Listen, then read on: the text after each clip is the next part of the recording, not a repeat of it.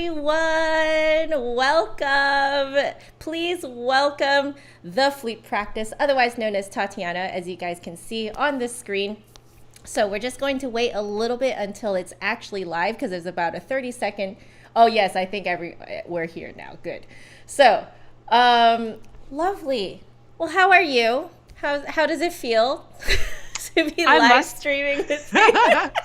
I must be honest, I have felt the whole day it's a little bit like a performance. I've actually been like, I'm nervous, I've got this performance tonight. And then about 30 minutes before getting on, I just started playing my flute because I was like, okay, I know that always calms me down before a performance, and even though I'm not actually performing, I'm just gonna play some scales. I love it. That is so great.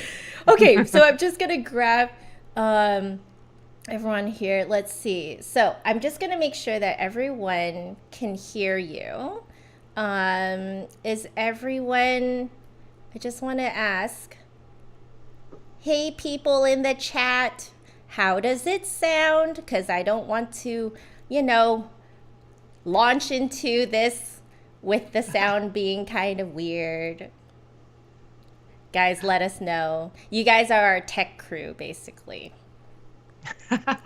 We were just commenting about the fact that we have nobody working for us yet. So. Yeah, we have no one working for us. Okay, so Adam says it's good. Teo says it's good. Jane says it's good. Majimonkichi, one of my mods, says it's good.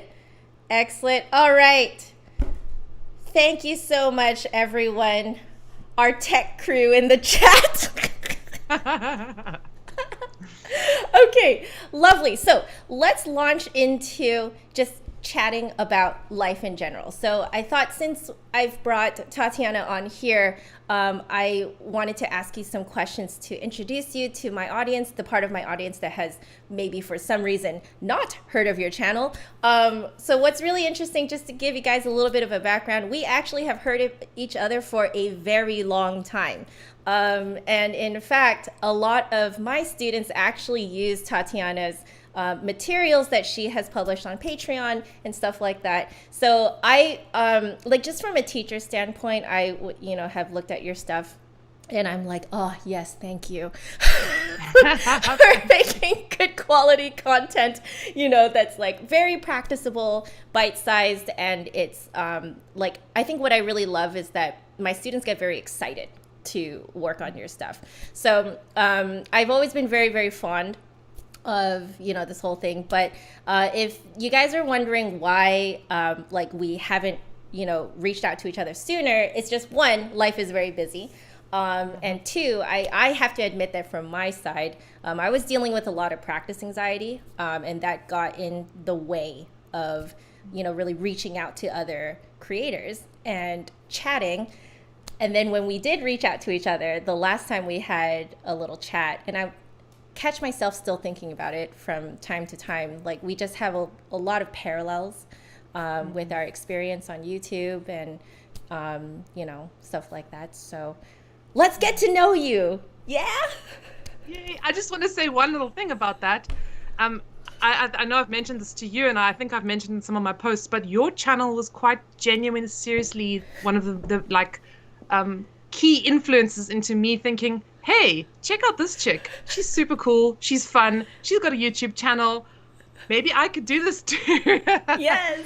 And I think what I loved, what you brought, which I really loved, was just you brought this kind of fun, fresh perspective. Mm-hmm. And a lot of what I'd seen on YouTube that was happening was quite sort of and now you put the flute to your face. And I was just for learning should be fun. Yeah.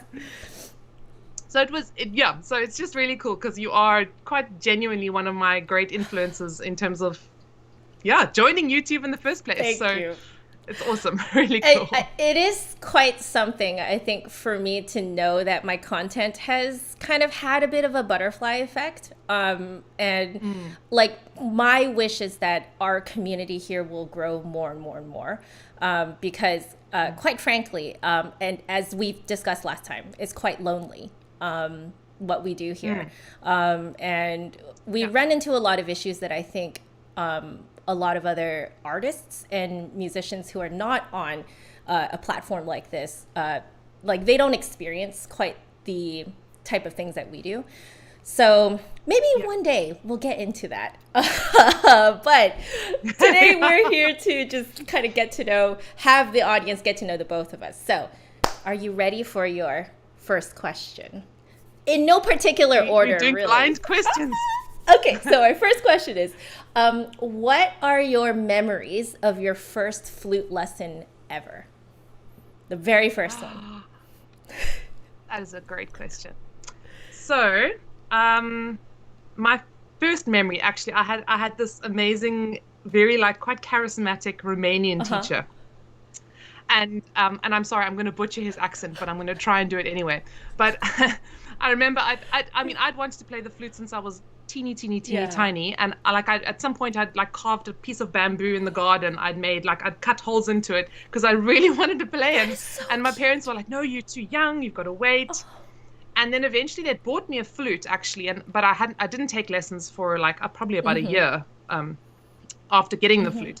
So I'd been playing around on the flute and I'd really figured out how to make a basic sound on the instrument. So by the time I got to my first lesson, I could kind of make a sound. And I remember I got there and he picked up the flute. Picked up the flute and I played into the head joint. And he said to me, "It's good, but now make good sound. Make good sound." And I was like, okay, I must make a good sound now. I don't know, I'm obviously adjusted a few things or we did something and then the sound was good. Oh my God. And then he said to me, okay, we put it together, let's play. That is so precious. Oh my God. I loved it. And you enjoyed it? Did you have any nerves going into it or? That's a really good question. This one of the things I just love about kids is that there's just this incredible fearlessness. I think I just kind of went with it. It was like every other experience. I was just like, okay, cool, flute lesson, let's do this. Okay. I love it. Yeah, just to respond to that, because I'm now thinking of my own first flute lesson.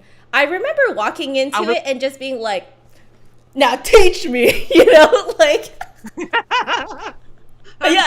I'm here. I remember being very confused that we were just starting on the head joint. I remember that. But then, my teacher did explain to me why. And I was like, oh, okay. I totally get it. She showed me, those cool, sliding tricks and stuff like that. Yeah. I had none of that. Really? For me, it was just make a good sound. Let's go. He wanted to just get you going, right? Yeah, he was just like, we are starting this. I love it. All right. So you ready for your second question?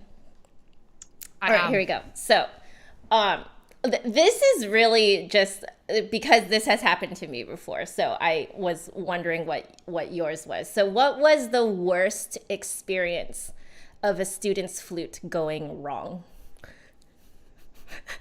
Oh, that is great. That is great. I think my top, I don't know what it is about students, and I sometimes think it's they do it on purpose, but minutes before an exam. Oh no. Minutes before an exam, they're like, "Man, my flute's broken." And I'm like, and then, anyway, I think sometimes they just haven't practiced and then they suddenly start actually practicing their instrument and then the thing falls apart because it's just what is this? What is this? That is actually kind of true. If you leave a flute for too long, it does kind of break down on its own. I think a lot of people don't realize that. Absolutely. I think, but truly the worst, I think the true worst experience I had was actually a student right before an exam. She put her flute onto the music stand. And all of us know how fickle music stands are at any music school ever. So she put her flute onto the music stand, and of course the thing fell off. And I can't remember if it was something completely came out of place. That flute was no longer playable. Oh no! So how did they just have to postpone the exam, or I can't remember if we postponed or if I gave her my instrument to play on. I can't remember that was pre-COVID times. Now it's unthinkable. But yeah, actually, I must say, I can't remember what we did. I just remember, I mean, that is like my go-to story whenever I'm telling people, do not put your flute on music stands. Please do not do it. I completely agree. I think the roughest thing for me was telling students to not do it, and yet they didn't really care. You Oh, get yeah. that too, Oh, right? yeah. Like where you're like trying Oh, to yeah. explain the importance of it, and they just kind of look at you like, don't see why it's such a big deal. And I'm always like, you just don't understand how much money it takes to repair it. I sometimes think that we should be like issuing the invoices to the kids first, give this to your parents, also have a look. Yeah. I had to sit a kid down once and just explain how much money their parents were spending on this thing that she was learning. And I just noticed your necklace, by the way. That is super cute. Can I actually tell you a story about this Wait. awesome, amazing necklace?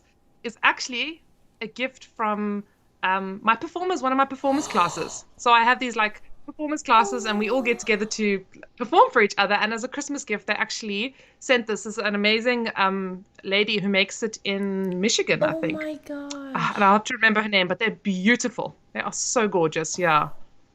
Isn't that amazing? Yes. Oh my gosh. I love it. It's really, really special. I love that both of us are wearing like fluty. Like, I love that shirt. I want to order one. It's so thank cool. you. Yeah, I actually need to order more of my own. In case you guys don't know, this is actually my merch. I designed this myself, and it's just for fun, really. And I just wanted something that was understated but nerdy. You know what I mean? Like, so it's only us flutists so know. great. Yes. But oh my goodness. Oh. Oh gosh, just like wonderful. thinking about like, oh gosh, yeah. But yeah, I totally had to sit a student down once and just be like, your parents are spending a lot of money on these lessons. I hope you understand just how much money it is. And so I had to kind of draw some comparisons that the kid would understand. And like seeing her eyes sort of like get that sort of light bulb of like, oh, that's a lot of money. Like, because there was no concept that like the lessons were being paid for, that, her flute was paid for, that repairs are paid for. There was no concept of that.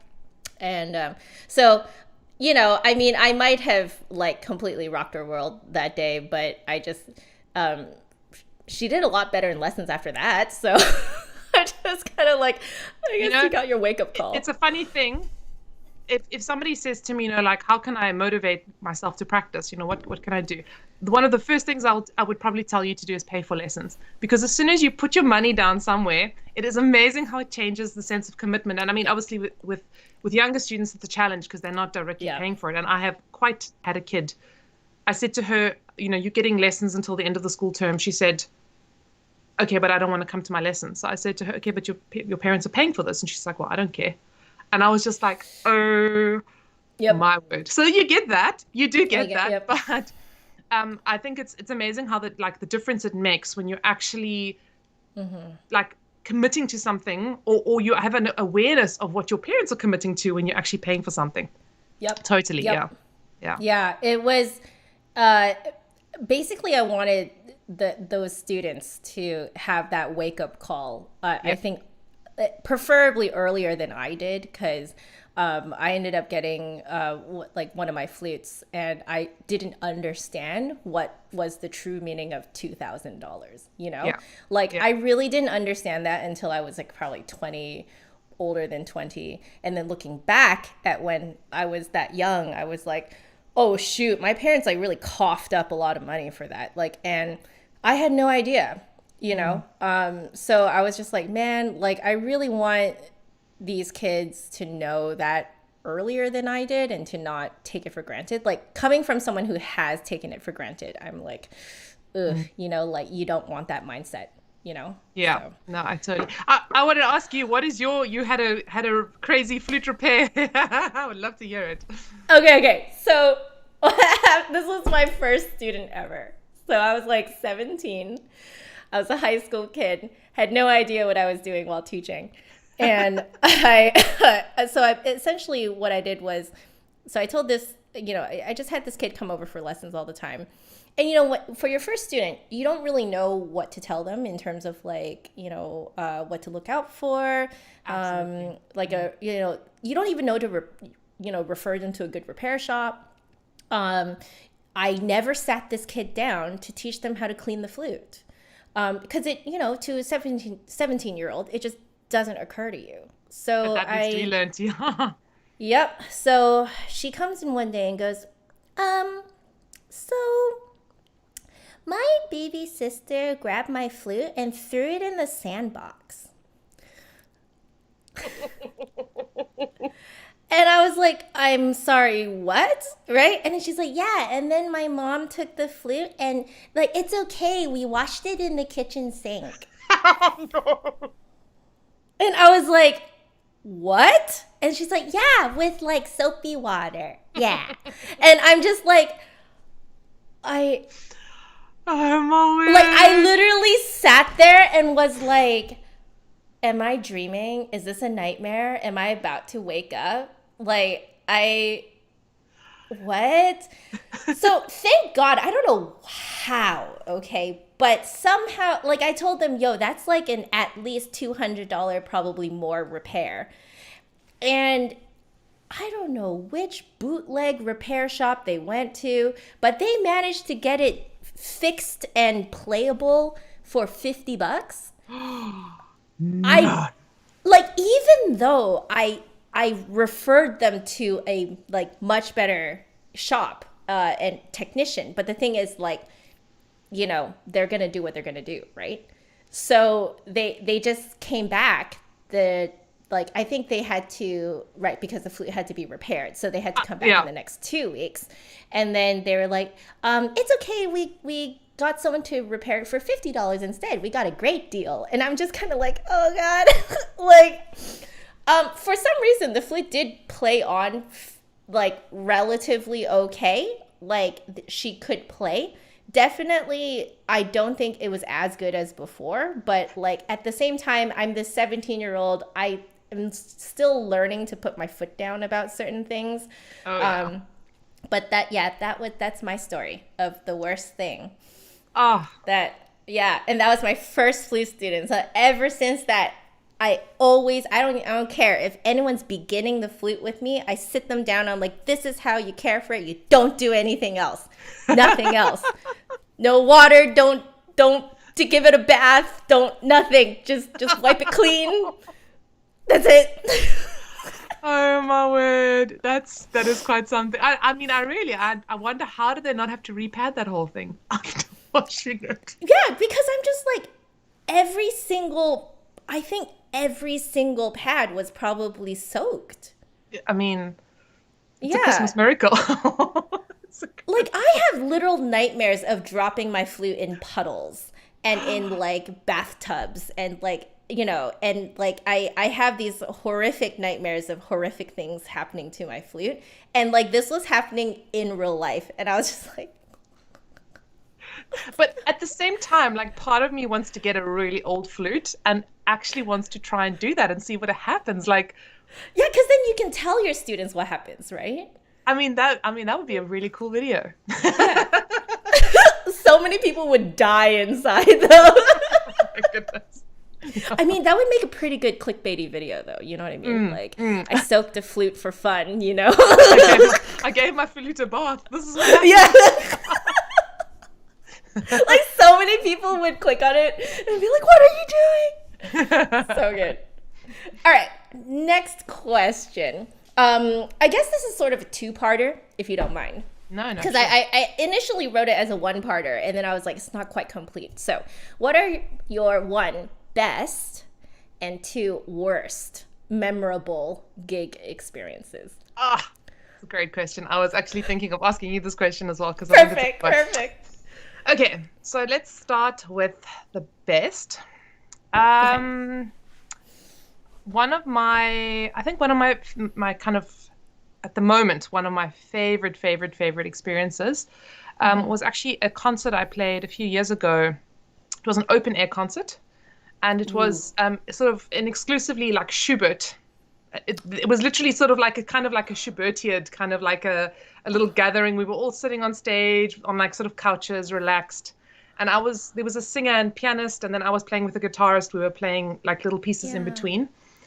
And it was like open air. It was this beautiful warm summer evening. And the stage was, I mean, you could see the audience there, but there was just these very bright lights. So it was almost like you were in this like cocoon of light playing music. So it was kind of like it was just you on the stage, and then this kind of expansive darkness beyond the stage. And this audience was exquisitely quiet. Like it was just the most unbelievably like beautiful, magical performance experience. It was just like that I think really has stood out for me in the last couple of years.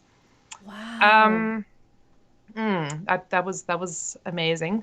I think probably I've had some very crazy experiences. One of my weirdest ones, I'd say. I was playing back in when I was still at university. We used to play. They would get like a whole bunch of the music students together to play for the graduations. Yes.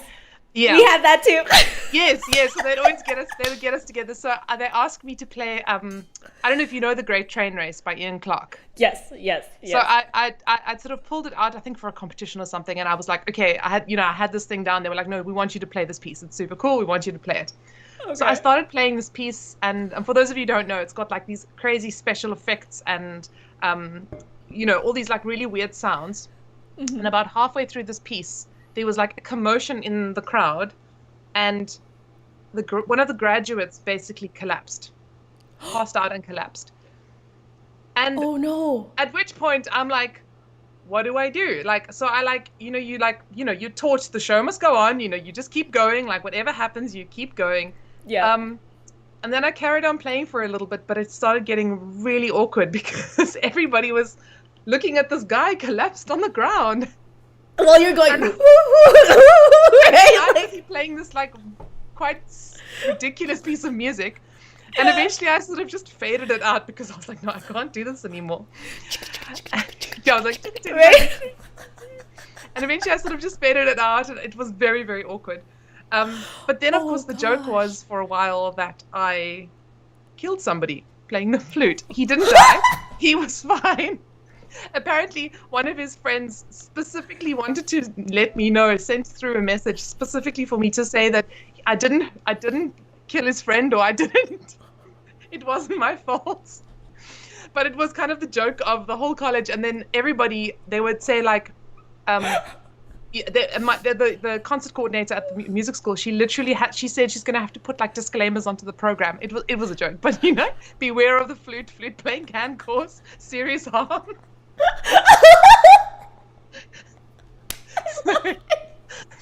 Oh my god, your school has such a great sense of humor. My god, that is amazing. Like, yeah, it was the time I nearly killed someone with my flute playing. The flute killer. Yeah. Oh my god! Wow. I think there's that meme with like talking about coughing into the elbow and then holding the flute, and that was literally like the flute kills or something like that. That became everyone was sending me photos. I was like, oh. Oh my god. Yeah, that's way up there. Weirdest moment. That is quite something. Holy cow. Wow. Okay. Well, I mean, this is an interesting segue, because my next question was, what's the absolute weirdest party trick you can do on the flute? So this isn't so much on the flute. Oh. Actually, I guess, yeah, it's not really answering your question, but it's a weird party trick that I have because of the flute. And I've got to say, it was a very specific pen lid that I had. It was a pen lid, and I could play whole songs just on a pen lid by shifting my embouchure. At some point, I'm going to have to find it. Was a very specific pen lid, and I haven't found it since, but I spent literally hours showing everyone. I was like, look, I can play songs on a pen lid. Wow. So that's I've had my stream one time. I don't remember when I did this. It must have been sometime in the summer when I was like kind of randomly doing live streams, but like my stream asked me to try playing on like a Sharpie pen cover like thing.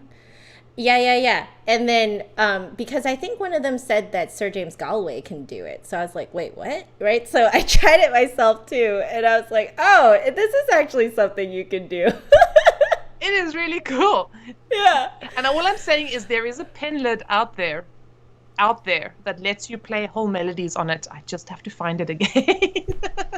Okay, if you find it again, you have to make a video about it because I like, oh my God, that is amazing. It really is. I think in terms of like specific flute tricks. Yeah.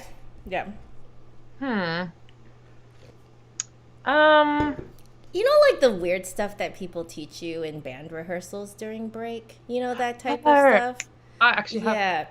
I have something. This is a friend of mine showed me this in orchestra. We would sit and play like this. I actually show this to some of my students sometimes because it's the demonstration of how you don't need to be so tight in your embouchure. But Perfect. Basically, I call it the Bugs Bunny flute. So here goes.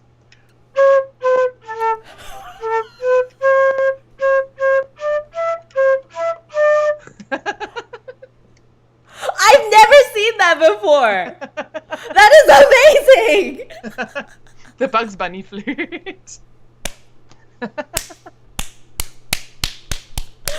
Oh my gosh. Oh, that's okay. The best. But now I need to know your party trick. I have to. Okay. Go. Let me grab an old flute because you should never do this to a good flute. So let me just grab that really quickly. I'm just gonna put this over here first. Oh.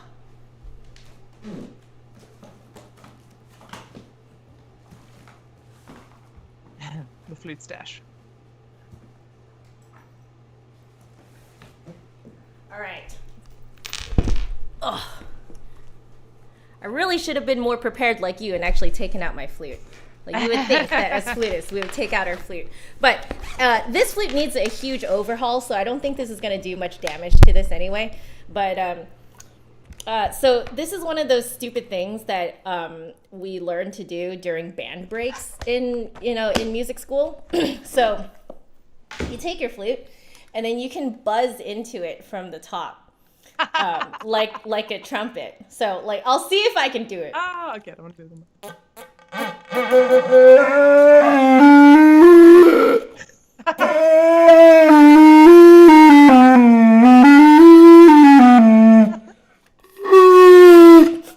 That's amazing. It's a trumpet. Yes, you can actually do it. Yeah. So anyway, guys, don't do this to your flute. It's not good. This flute needs an overhaul, so I don't think it's going to do that much damage to it anyway. But yeah, that's what I can do. The kid in me is like, I want to try it. I'm like, nope, not on my flute. Yeah. You have to try it on an old flute, like an old flute that needs a lot of love and would not, be too terrible with that happening to it. But yeah, that's my party trick. That is so cool. I want to pop that there again. Nice. All right.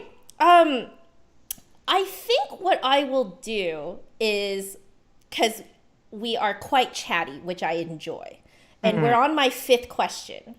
Okay, cool. So I was thinking, why don't I save, because I have 5 more questions after this. I was thinking I could save it for another time you can come on. Does that sound good? I think that sounds good. Yeah. Okay. So we'll ask my final question before you start asking me stuff. So this one I actually also have a story with too. So that's why I wanted to ask you for your experience. What was the worst flute sticker shock experience that you've ever had? Like when you see the price of a flute. Oh. Just understanding how expensive flutes can get. I think that's it's a weird thing for me as a South African because obviously we translate everything over into rands, and I mean the South African rand, it's like just shocking. I mean, for example, a $10,000 flute is the price of. The $10,000 flute is about 150,000 rand. which is a lot of money. A lot of money. Okay, I'm sure it's a lot of money in the US too, but got it. it's seems quite crazy. So I Similar think for to the me, yen then, right? Similar it to. is probably very similar. Yeah, yeah, I can Okay, imagine. got it. Yeah, Yeah, yeah, yeah. yeah. So I think when I first like looked at how much a gold flute costs, to be honest with you, up to a certain point in my career, it was not even like a possibility. Never mind even a like. I think in South Africa there are probably about like maybe 5 people, if even that, that play on like gold instruments, for example. Yeah, So up until yeah. that point, I don't even think it wasn't even in my like awareness because I was like, that's never going to happen. Right. Um, and so I think when I first looked at the price of like a gold flute, I Yeah, think I pretty much fell off my chair. I did too. Yeah.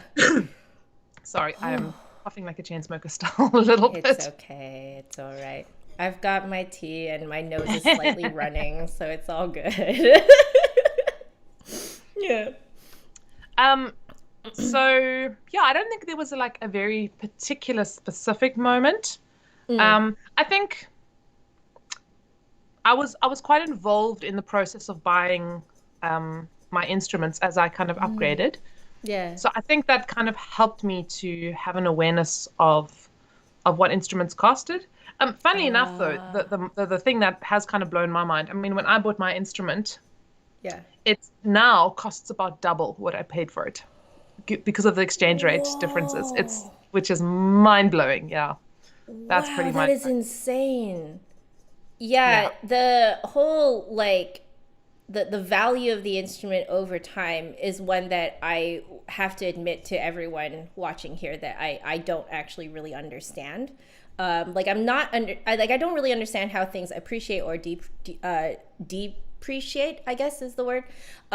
Especially because our instruments use precious metals. So I think it has something to do with the market as well, like the market for our precious metals. Like totally. I've heard of all this stuff, but like the more I hear about how this stuff is calculated, the more I'm like, I have no idea what's going on. But it's quite something. Yeah, the sticker shock is pretty real. I think like when we all go into like, did you end up seeing that like online, like that price point online for a gold flute, or? I think it was online. I remember I'd gone overseas as well a few times for I mean, you're not going to just find a flute shop with that caliber of instruments I in a see. shop here. You're just not. I You see. can you custom order the instruments Mm, or mm, you maybe buy it secondhand from someone who's got one, but I see. as I said, it's such a small market of people that are able to afford or yeah, able to afford to play on an instrument like that. Right. Um, so I think my biggest thing was when I went overseas.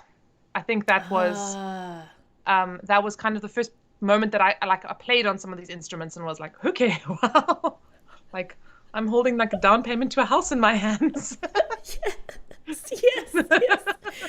Oh, it's very scary. Yeah. It's it's My quite God. something. It is. It is. I yeah, this is like dumb teenager me again. I went to um the so far as I know, the one and only Vancouver Flute Festival. Um and it was because Sir James Galloway was coming into town. And so for the first time, I was able to go to a flute festival that was near me. Um, and so, like, all these people brought in flutes from like all the big shops in North America. Um, and uh, and so I tried a I didn't even know how crazy it was that I got to try it then, but I got to try the Brannon Kingma flute. Oh It's the wow. one with the quarter tones and stuff like The that. Kingma system, yeah. Ah, that's cool. Yeah, yeah. It was very, very cool. And like at that point, I knew it was special, but I didn't understand just how special it was that I could try one in my lifetime. Until like way, way later, I was like, oh, wait a second. That was actually a really special experience. So it was a gold flute and it was Kingma mechanism with the quarter tones and stuff. And then I can't believe the lady let me play it. So I played it, and it's like, oh, and I fell in love with just how it felt, right? And then so I asked like how much it is, And so this was back in like mid 2000s, I would say. And she said, Yeah. 38,500. Yeah. And I'm guessing she was quoting it in US dollars, not Canadian dollars. And so it's even more in Canadian. So I was like, oh, so I literally just like put it down and like backed away because I was just like, especially for a 16-year-old, like that amount of money is like not even fathomable, you know? Absolutely. I didn't come from a very like super like well-to-do family. I like at one point we were doing very well, but then that was when I was little and I don't remember much of it. But a lot of my formative years was when it's not a secret. My dad became a full-time minister, full-time pastor, and so obviously our income dropped a lot. So, and I think times were pretty tough, even though my parents tried their best not to let it on that it was pretty tough on us. But like, it was in that context that I heard the number 38,500. And I was like, yeah. I mean, now that you mention it, I actually just had a memory of so one of I play the Muramatsu, and one of the GX, and one of the reasons why there was a colleague of mine, also in high school, a friend of mine who actually she was a friend of a friend of mine. She was playing a Muramatsu, and she let me try out her instrument, and I remember thinking, oh, this is the most amazing instrument. I was just like, this is so incredible, it's so beautiful. And then I think I also had that moment of looking at the price and thinking, this is never going to happen. Yes. And that's not even, that's no 38,000, that's like $7,000. And back then it was even less, you know? Yeah. So I think, I think, as I said, I think the thing in South Africa is just that the bar in the sense of what is attainable is so low. Oh gosh. Yeah. I mean, it's like, it's crazy. I was very lucky to kind of have like grow up in my formative years, my teenage years, in a place where there was quite the saturation of flutists. And thus we had, like, it was like only about like a 45 minute drive for my family to take us to like a really good specialized flute repair person. Wow. And so like, I recognize how lucky that was. At the same time, what I'm starting to also recognize is that it doesn't matter. If you're young, you don't know squat. You know? That should be on a t-shirt. If you're young, you don't know squat, you know? Like, you can be in a place with like the most like, you know, like the closest access to all of these things, and you can still not know. You know what I mean? Like, that certainly was my experience. Totally. So, I mean, I remember when I was in high school, I sat in a class, a master class with Trevor Y. He came to Cape Town and he was doing a class, he was doing master classes, and I was sitting there and I was like, okay, this seems like a cool dude. Now I'm like, oh my goodness. That was a once in a lifetime experience, right? All the questions I could have asked him. Oh my God. That's like, because that's exactly my experience with having tried a Kingma flute. I was like, wait a second, to have tried one when I was that young and just in my lifetime in general is insane, you know? Yeah, you don't know. Absolutely. Like when you're young, you don't know. So I think it's that thing, you don't know what you don't know. You really you know don't. that you don't know. Oh, that's so funny. That's so funny. Well, those are my questions for now. I'm going to save the rest for next time. So, your turn. Okay, great. I'm gonna throw some of mine in. Oh boy. Okay, so my first question is, when teaching students, what is kind of one of your pet peeves of like what you see students doing that just really, or that they've learned, like bad habits that they've learned that really gets to you? It's one of those things where you know you've done it. And so seeing it's you know, it's like all those people that say that parents get really annoyed or irritated at their kids because they're watching their kids do exactly the same things as them. That's how I feel. So that's the context for this particular pet peeve. And so I'm not saying that it's a pet peeve because I don't do it. It's a pet peeve because I do it. So it's when they flinch and they stop because they've made a mistake, and they get very apologetic, and they get very fearful, actually, of my response.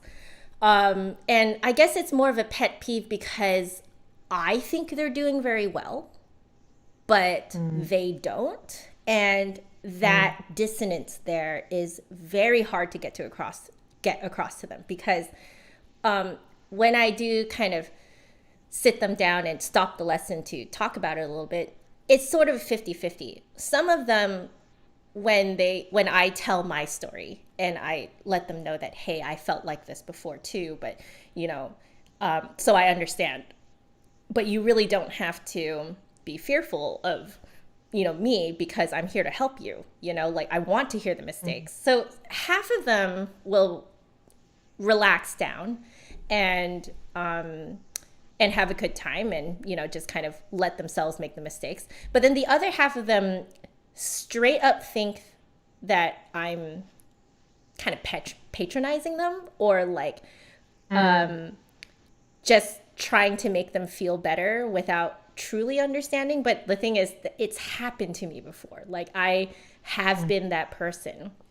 And my master's level professor was the one who stopped the lesson and essentially did therapy on me and was like helping me work through why I was flinching all the time whenever I made a mistake. And every time I made a mistake, I would say, oh, sorry, and then so my teacher would sit me down and be like, hey, like, you don't have to be sorry, but like, why are you sorry? Like I'm here to help you. It's okay, right? Like, so like, I'm trying to pass on what my teacher did for me to these students, but it really breaks my heart, and it low-key is a little bit annoying when I see them doing things that I did, So yeah. That's the first thing that popped into mind the moment you said that. Wow. Yeah. Interesting. That's such a I mean, I was just what sort of it sparked a thought of just this kind of, I mean, that's one of my favorite things about teaching, is this incredible position we are given in somebody's life to, work with somebody one-on-one, exactly, either on a weekly or sort of bi-monthly basis. But I think it's this thing of learning how to respond differently to different students. And it's so tough sometimes, because like you say, for some students, you'll have a certain conversation with them and they'll be like, oh, wow, I hadn't considered that. And for other students, it's almost like you need to sort of change your approach a little bit. Yeah. And sometimes I think, well, I know certainly for me as a student myself, I had kind of two opposite end of the spectrum's main teachers' influences in my life. So my teacher that I had sort of in high school going into university, she was very like encouraging, kind, quite gentle, but really had a huge influence in terms of a lot of like body awareness stuff and body use stuff and all of that. And also like my therapist. I mean, let's face it. Yeah. But flute teachers or music teachers are a little bit therapists. Yeah. We don't try to be, but it is definitely we end a crossover. Up becoming, It just is. It is what it is. But I think that, and then I had the other teacher that I studied with, he was like straight down the line, very kind human being, very like supportive, but straight down the line. And he was, I mean, he called me out on it. He was just like, you need to stop this. Yeah. I don't want to see this anymore. And it was quite like a hard line. But the interesting thing was, for me as my personality, I actually responded almost better to that. Because it wasn't like a, in a sense, I'm reprimanding myself making mistakes, because I'm like beating myself up about making mistakes. Right. And when somebody else comes in and says, no, you know what, I'm going to beat you up about beating yourself up. I don't know. That just worked for me. I was like, okay, I need to stop this.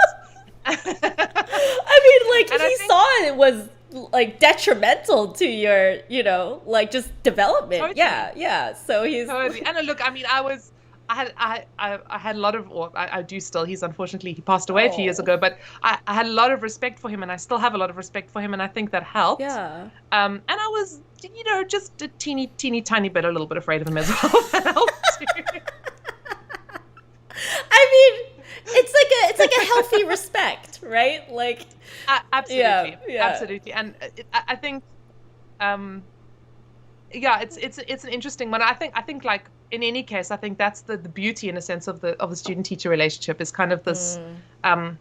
It's these two personalities that in a sense are finding a working relationship in order to grow this incredible thing that is playing the flute or music, which is just, yeah. Oh man. Cool. So we're segueing here a little bit. Yeah. But that just kind of jumped out at me. Yeah, I think for me, like one of the things that, and it's not on the student, because this is not the student's fault. It's a pet peeve, I guess, towards some teachers that are just teaching things that are just, in my opinion, downright lazy.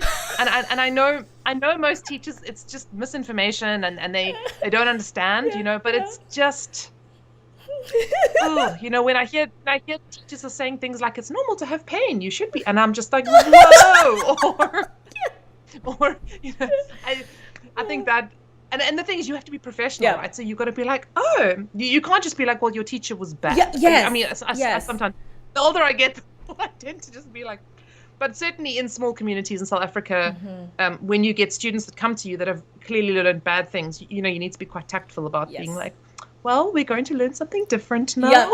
Yep. Man, it grinds my gears.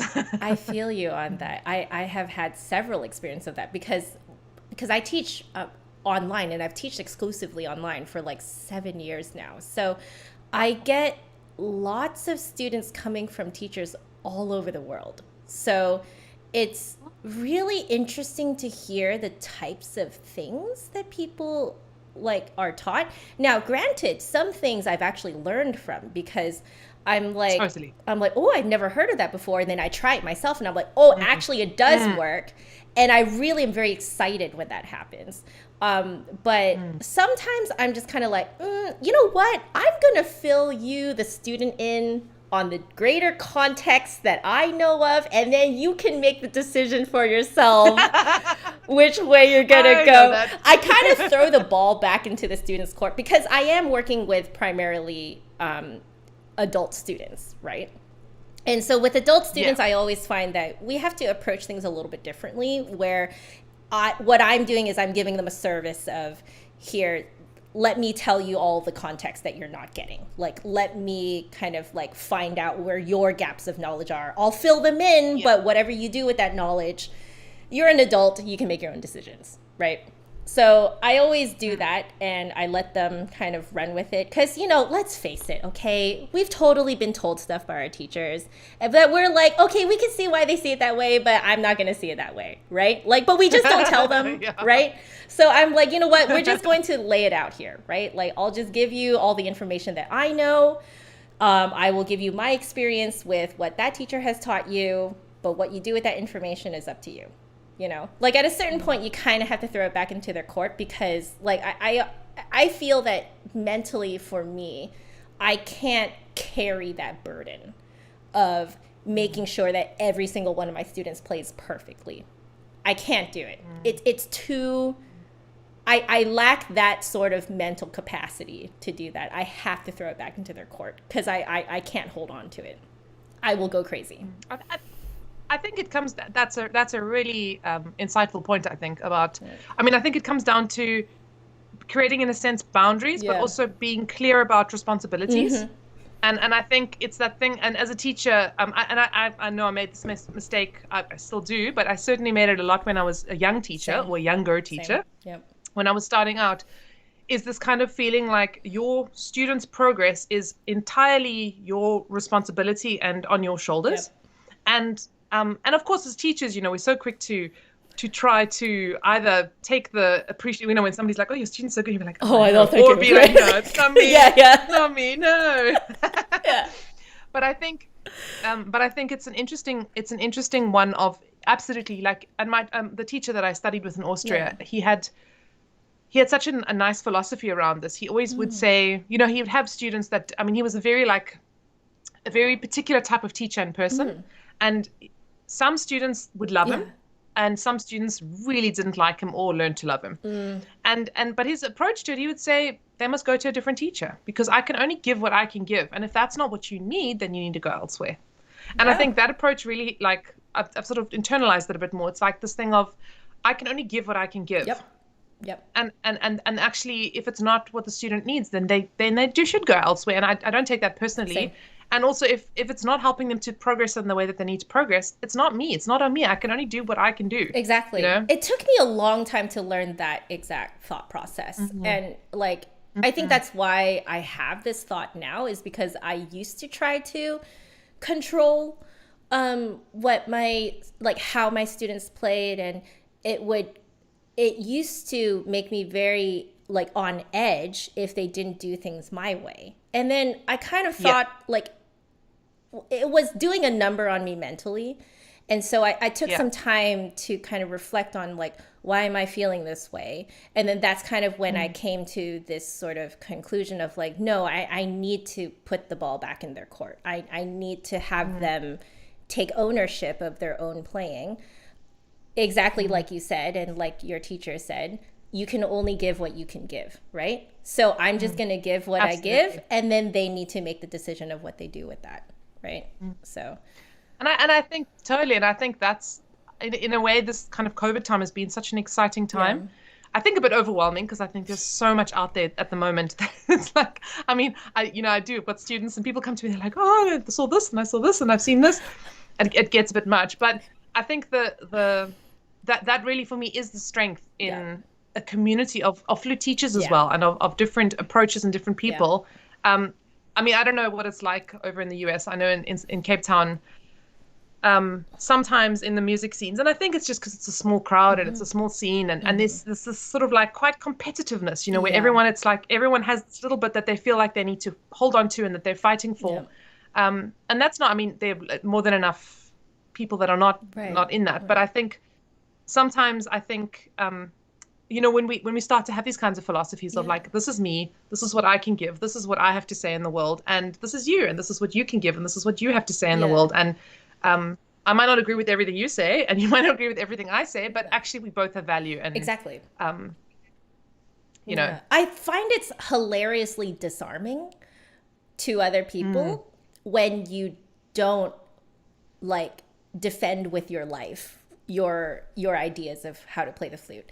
It's hilariously disarming. Like, if someone goes, well, I think this, and I'm like, okay, I'll try it, right? They're always like, you know, you know, and it's like, it's more fun that way. I find that I make more friends that way, and I learn more. You know, it's like a win-win-win situation when you don't defend what you know, your own kind of thought process of how to play the flute, you know, like, I think it's fantastic, and more people should try it. I think you do feel a little bit like you might be letting go of some of your authority on how to play the flute as a flute teacher, but it's so worth it. Like, just to be able to try something new, learn the flute from another person's perspective, I think it's really fun. Like, if you can just let go and do that, and it is very disarming to other people.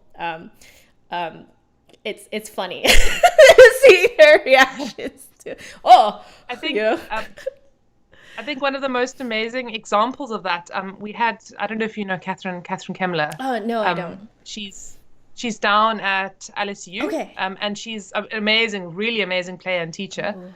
And she came here a while back. I think in 2019 she came here. She did some classes, and she's just one of the most incredible people. She's just like, nope, she learned this from this person. Oh, this person said this. She has this, like, wealth of knowledge, and I mean, she's this incredible. She's just, her teaching is so on point.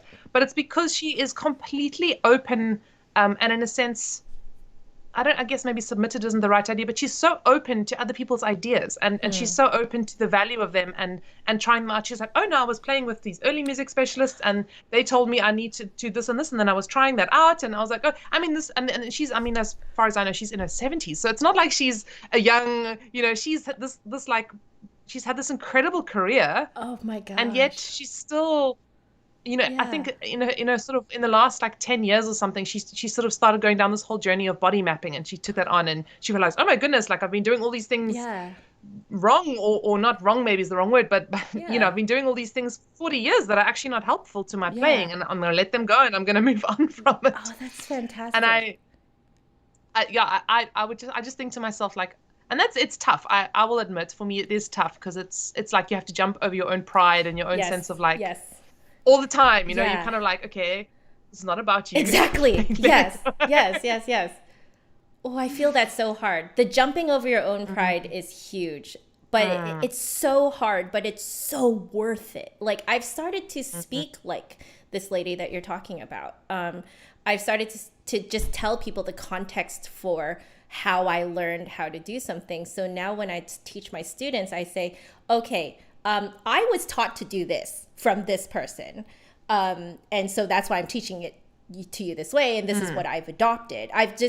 What I realized that I missed from before was that I would only teach the concept, but I wouldn't teach the context from which I received the yeah, context, the yeah, content. There we go.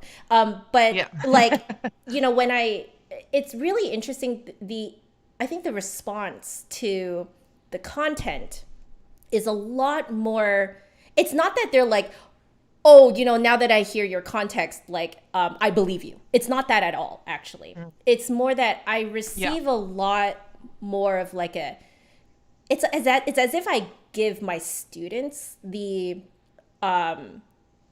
permission to like use me as more of a research material, if that makes sense.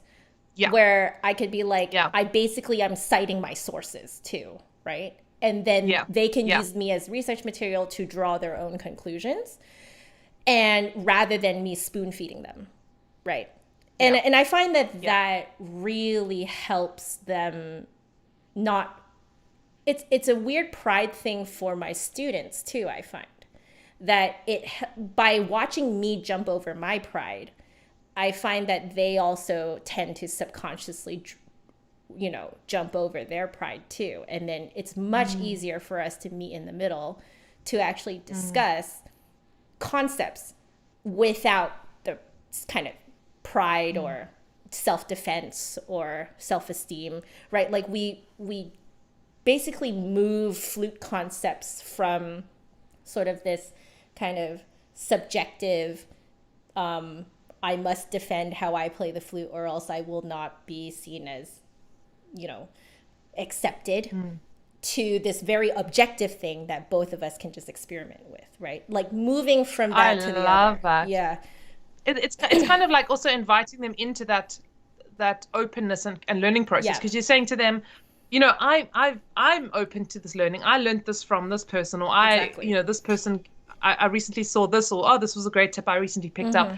And it's kind of like in yourself role playing that Yeah. open, the person that's willing to be open and learn new things constantly. You're inviting your students into that same mindset of Yeah. saying, be open to new ideas. Obviously, we have to guard against bad Yeah. ideas, or we have to learn how to recognize bad Yeah. ideas, and Yeah. we have to learn how to because they are lines, and I Yes. think they are important Yes. lines.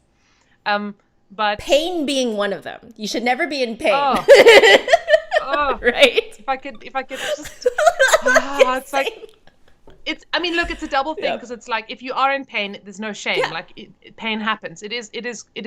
Teachers aren't wrong in saying it is Yeah. common, but that doesn't mean that you should be expecting it, or that is a normal thing. Exactly. It's common because we're doing something Yeah. wrong, Yeah. and we're all doing something wrong. I mean, I've had pain. I'm sure you've had Yes, pain. of course. Yes. Yes. But absolutely. But it's this notion that no pain, no gain kind of a thing. Yeah. Oh my Yes. goodness. Exactly. Exactly. Yeah. Oh my word. Oh. Ah, I'm loving these Me tangents. too. I'm loving it too. Where are we going on? I think, if you don't mind, I wanna maybe ask. I wanted to ask you about I wanted to throw the question back to you. I Ooh. don't think I really did. For your kind of most memorable and your kind of weirdest or craziest gig concert experience. Okay. Well, we'll start with the best one. This is more of like a general experience, right? Like if I think to myself, what's the best gig experience? I immediately think of this kind of set of experiences. And it was when, so I was with my university wind quintet. We called ourselves the Nachschlag Wind Quintet because it came out of this argument where, like in a rehearsal, where we were all trying to figure out how to time, the last little blippy at the end of a trill, da, da, da, da, right? So we're all trying to trying to time it. And then we also got into an argument about whether or not it should happen based on the era of the piece, right? So it's a friendly argument, just so you guys know, it's a friendly argument. We musicians love having these friendly arguments. And so, we're getting pretty heated in this argument. And then suddenly our oboist goes, no, but in this era, you must play the Nachschlag. And we're all just like, what? Like, because 4 out of the 5 of us apparently had never heard the term before. And of course the oboist knew it.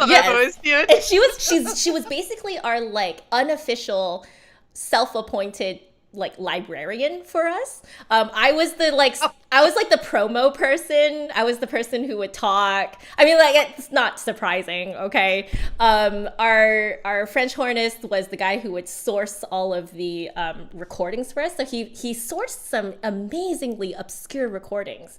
And then our clarinetist was the chill guy, but would kind of keep things jokey and stuff like that. How clarinetists are. They're kind of they're very mellow, but they're very jokey, but they're also very intense at the same time. So right? Yeah. So he sort of would crack these jokes and stuff and keep the atmosphere really light. And then our bassoonist was the quiet one who would quip in with a very, very good point every now and then. And then so she would keep us on track if we ever detoured too far, right? So we all had our own kind of roles in the group.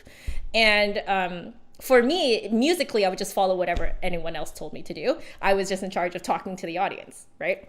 So it's not surprising that I became a YouTuber. Anyway, so this is kind of the context for our group, and this is kind of how we functioned. And we were asked to do a tour of seniors' homes in the interior of British Columbia. And so we did this tour, got into a van with a manager. We had a manager. I know, because we were enlisted by this company that would arrange these concerts. And so they gave us a manager, and then the manager actually drove us around did this tour of interior British Columbia. That is so cool. Yeah, and it was all to seniors' homes, but it was just if anyone listening has never performed for the elderly, for seniors, please do it, because they are some of the sweetest audiences you will ever meet in your lifetime. And we had the opportunity to meet former professional conductors. We met former professional musicians who sadly could no longer play their instruments anymore, but they would come up to us after and tell us that we brought them right back to when they were young. And it really brought a lot of perspective for us on the importance of music, the importance of what we do, and to value what we do. And it just made the performance that much more about the audience and less about us. And that's when I think I really felt the beauty of performance is more in the audience than the performer. Absolutely. It's not all about showing how glorious we are, right? It's about making the audience feel a certain way, right? And funnily enough, just to tie back to that flinching thing, it was something that I realized the reason we flinch has everything to do with ourselves.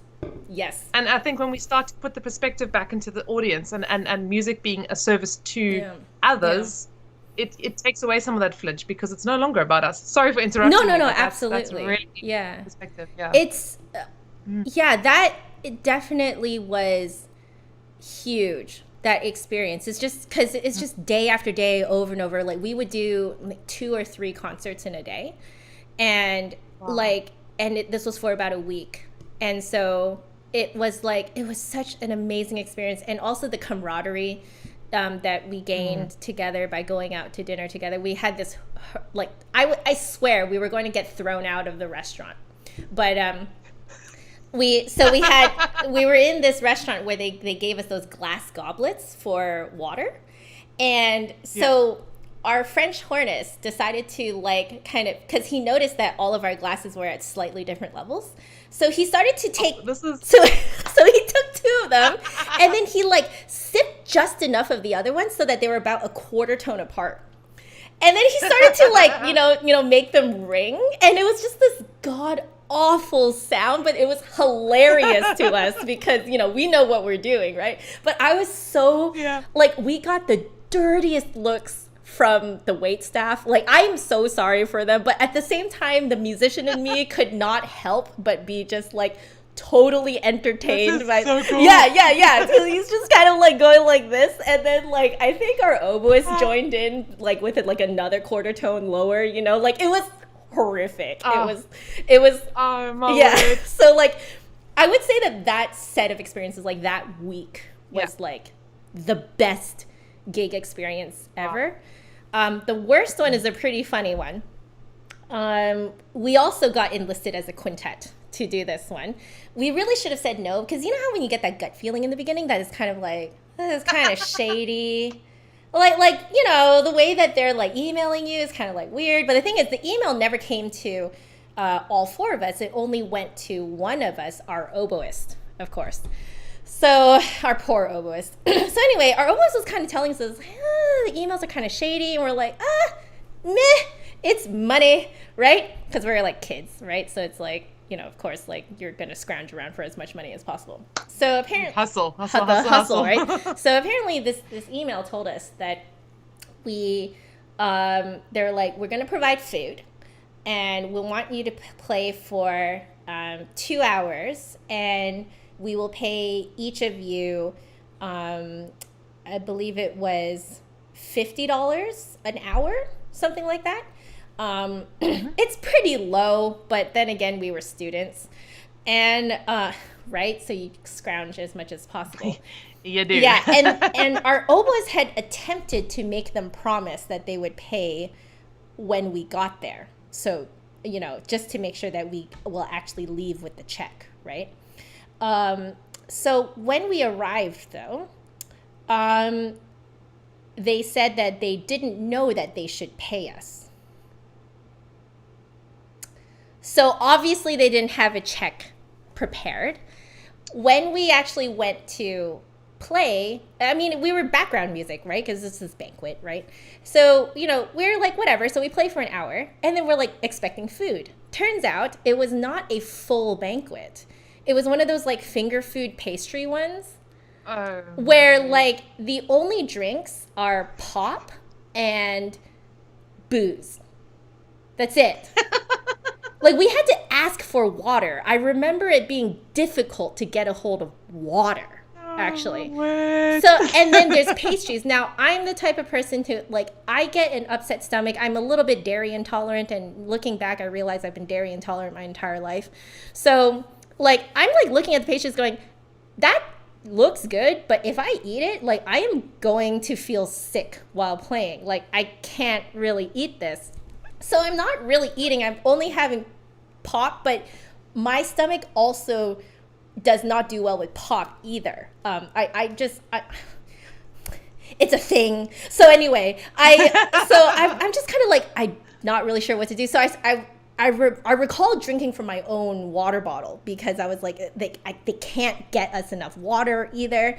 But, you know, the rest of my friends, they're not dairy intolerant. So they're just, like, chowing down on pastries and cookies and cake, basically everything sugary, right? We did refrain from having the booze because we didn't want to perform while completely inebriated. So anyway, we did that, and then we played for the second hour. But because of how much sugar intake we had, it was like you could literally hear when the sugar crash happened during the next hour. Like it just, like, our playing went worse than the first rehearsal for that music. Like, it was so bad. We were completely out of sync, could not find each other. It was horrible. We were like embarrassed for how badly it was going, but it was only because we only had pop and pastries in our stomachs, basically, you know?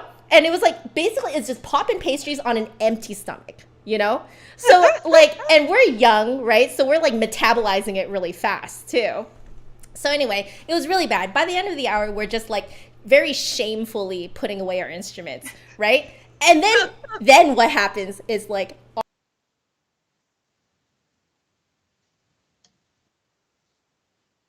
I think I lost you there. hi. Yeah. Am I back now? Hi, Yeah. sorry, I lost you there for a second. I'm Yeah. going to rewind a bit. So, yeah, we're shamefully putting away our instruments, and then we decide. So we look over, and every table had like candles and a flower, and then. But what happened in this one table in the middle of the banquet hall, the flower for some reason, like like I think one of the petals caught a bit of the flame. And it like kind of like the whole thing knocked over. And then, so the candles were knocked over. The flame lit the flower on fire. And then the flower, for some reason, because something to do with the reactions, it popped and landed on the floor. And basically there was like this bonfire in the middle of the banquet hall. Like it was like a straight up like boom, you know what I mean? And we're just like, ah! And then like, okay, shamefully, just to add to the shame, 4 out of the 5 of us in the quintet, our response was to pack up our instruments faster, to just leave. Of course. Right? To get It's out just of like, there you know, like, because there are instruments, right? So our bassoonist was the one who, I don't know how she found it, but managed to find a full pitcher of water and went over and doused it and saved the day. But it was like, yeah, we walked out of there and we're like, oh my God, like what just happened? What just happened? Yeah. And then they it took our poor oboist, I think, another 2 months to chase down the payment. And at first they wanted to stiff us by paying us only $25 an hour instead of the previously agreed upon 50. So that it was basically just like grievance upon grievance upon grievance. It just got worse and worse and worse and worse and worse. And it was like, yeah, it was after that situation, it definitely was like, we all need to have everything in writing. You know, if they don't give us a check right before we start playing, we're leaving, you know, like that's, you know, if anyone ever wonders where rules come from and where terms come from, it's from experiences like this, you know, where things can go that Absolutely. hilariously wrong. So, yeah. It was, wow. Yeah, that was my worst. It's kind of something. I wanted to say the way you described the wind quintet is just so on point. For I think the only difference in our wind quintet was that our French horn and our clarinet were a little bit the other way around. Like our clarinetist would always find amazing recordings of everything and all of that. And the bassoonist on point, just sort of chilling there. Yeah, it's wonderful. And yeah, we had some. I don't know. I've got a friend of mine, Carl. I don't know if he's watching and if he's in the chat, but if he is, he can pop us a hi. But we'd play together as well in wind quintets, and he will have some wonderful memories of exactly what you just described. It's wonderful. My best friend is a bassoonist. And that description fits her to a T too, and she knows it. She knows it. We talk about the hilarious kind of like stereotypes of each person playing their instrument, and it's like it's so true. Like obviously there are variances within each stereotype, always, but like you know, all of us flutists are all kind of divas in some way or another. Like we can't help it. We just like, let's face it, we play an instrument that we probably play because it looks pretty and it sounds pretty. Yes. That's kind of where it starts, right? It is. Like if you ask any flutist, like, why do you play the flute? Those are the exact 2 reasons why, you know? Like why 100. Why else like do we have a market for like fancy crowns on our flutes and engravings and you know what I mean? absolutely diamonds and all kinds of it's really wonderful. Have you seen that one flute I'm where sorry. it all looks like vines and like I flowers? And have. yeah, I've only I seen pictures have. of it. Beautiful. Yeah, I think it's in London, if I'm not I think so mistaken. too. Mm. Oh, Oh, apparently yeah. it's finicky as heck. That's what I heard. But I've also, yeah, I've heard it doesn't play very nicely at yeah, but all. it's So beautiful. it's all for show. Yeah, It's for the yeah. eyes. Oh, I love it. That's where you record the video and audio separately. Yeah. Yeah, exactly. And the audio is like a different flute entirely. Oh, I love it. This would be a great moment to have like the video of this beautiful flute, and then those. Have you seen those? The what is it? James Galway shredding videos Oh, yes. where he's like, it's. Yep. If you guys, maybe I'll post it onto my Facebook page. Yes. Get James Galway shredding. It's so wonderful. If you haven't seen it, Oh, I you've love got to it. see it. I love it. It's lovely. So good. So did you want to ask me another question, or shall we do tips what? I think we should move on to the tips. I've got so many questions, but you're right. We're just going to have to do another We're live gonna stream have to do at some another one, point. guys. We're gonna have to do another one. Oh well. Let's do it. Or you can come join our hangout next week. Yes. We're going to be hanging out as well. So that'll be cool. Although that's a little bit of a different space. So for those of you who don't know, I have every month we run these kind of like community hangouts. They're part of my Patreon, one of my Patreon kind of community rewards. And we're a whole bunch of us. We meet together on we use Zoom, but we meet on Zoom, and it's a space to just ask questions, to chat. A lot of people in the community also know each other by now, so it's a space to ask questions, to chat. Sometimes we also have kind of topics, which is what we're probably going to do a little bit of next week, because next week on the 22nd at I think it's 1 p.m. Eastern time. These time zones kill me. I know, but it's 1 p.m. Eastern time. Yeah. So Jana's going to be joining us for that hangout, and we're going to, I think, carry on chatting a little bit. I think a little bit more, a little less, or a little bit more serious, perhaps. Yeah. Although it's never fully serious. But we're going to be looking a little bit more in depth at sort of topics around sort of practice psychology and playing psychology, and specifically, I'm launching a workshop called Letting Go, which is a workshop all about letting go of bad habits and patterns of tension, unhelpful ways of thinking. And so that's kind of the topic, or that's kind of the topic of the conversation that we're going to be having there. So if you want to get into that, I think you popped links down below. Right? We did the YouTuber thing, so open up the box below for more information for how to sign up for this hangout. I believe it's $10 for to join.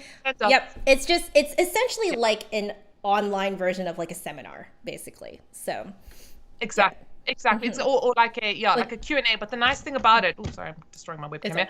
But the nice thing about it is that it's got a live community aspect to it, so you really can be in person with other people, and you can keep your camera off and microphone off the whole time if you want to, but you can kind of live ask your questions and interact with us, which is I think it's a lot of fun. It's really cool. There's also a PayPal. You could, for those of you who don't want to join my Patreon page, or you just want to once off join and try it out, there is a PayPal link. You can actually pay through PayPal. I clicked through it. It's very easy. It literally just takes you to like a PayPal like page to do the the payment. The only little note I would say is just I've at the end of the PayPal, so once you've paid it, click on return to merchant or something, and it takes you straight away to the sign up link, and you can actually sign up straight away, and it'll straight away put you right through the whole sign up process as well. Perfect. If I see you haven't signed up, I will come find you and I'll hunt you down. And if you haven't signed up and you like, I paid, I haven't signed up, please just send me an email. Not trying to exclude you, which I do. Yes. Perfect. But it's like I actually kind of clicked through it myself, and I was like, oh, this is going to be so easy for people. So all the information in the info box below. Please join us. It's actually happening next week, right? Next week, exactly a week from today. Exactly. Same time, but in a week from today. Exactly. Perfect. So I think, and look, given today's conversation, I might even suggest we set aside a little more time, but we'll see how it goes. Yeah. I feel like we have just so much to catch up on, in terms of like, I feel like, and we were saying this earlier too, before we came on here, that like we're such on the same wavelength. It's actually insane. So like even to like how our significant others support us too. Like even that part is insanely parallel. So like I think that will be a very interesting topic in the future too. Like kind of talking about a relationship with a musician, you know, like I think is. Oh, yeah. I've actually been thinking about doing a video about that at some point. You know, obviously a little bit more of a humorous video about that, because I think it'd be such a cool. There's a couple of, I mean, yeah, I've got more ideas than I've got time to do anything with it. Yeah. I was like, ooh, ooh, ooh. I love it. I'm like a combination of like a Labrador and a goldfish. Me too. Like, ooh, shiny. But then I'm like, yeah. Okay, so we should get into your specialty, which is flute practice tips, or just music tips in general. So let's have you go first. What's your first tip for us? Good. So one of my really, I think, for the last couple of months, it's been like one of my big tips. And my patrons, my students, you guys all know this in the meantime, but my big one is, it's not what you practice, it's how you practice it. And this kind of comes from my experience of seeing students spend a lot of time kind of thinking, okay, if they just do these technical exercises, and if they just play these etudes or studies, and if they just do all the things or go through the motions, or, oh, but this teacher said if you just practice this technical exercise, then you'll get better. And while there's a lot of wisdom in all of that, and I there's certainly good or better technical exercises, I think so often we make the mistake of just going through it mindlessly or without a specific kind of focus or goal in mind, or a specific, not outcome in the sense that you don't want to kind of be putting that pressure on yourself either, but just looking at how we're actually working with the material and how we're using it to help us rather than just going through the motions. Yes, I agree. I completely agree. Actually, this is a great segue into my first tip. So my first tip is, do not expect to be perfect at the end of a practice session. It is fair to expect yourself to be better or to have learned something. So in some way you've improved yourself. But I do think it's impossible to be perfect, right? And so like going along your tip where it's like you got to be mindful, I think sometimes what we do is we assume we will become perfect if we go through the motions, right?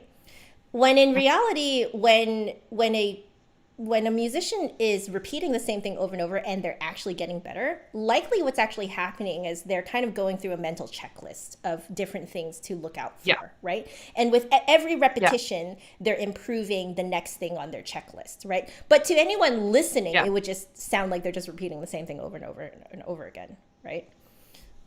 Absolutely. And I think Trevor Y in his practice book, he put this, he said that thing of like, practice like you're practicing for next year, not for next week. Yes. Yeah. And I think I really love that. I love that just that sentence, that concept of exactly that, where we're not trying to perfect. I mean, I think we're never trying to perfect anything.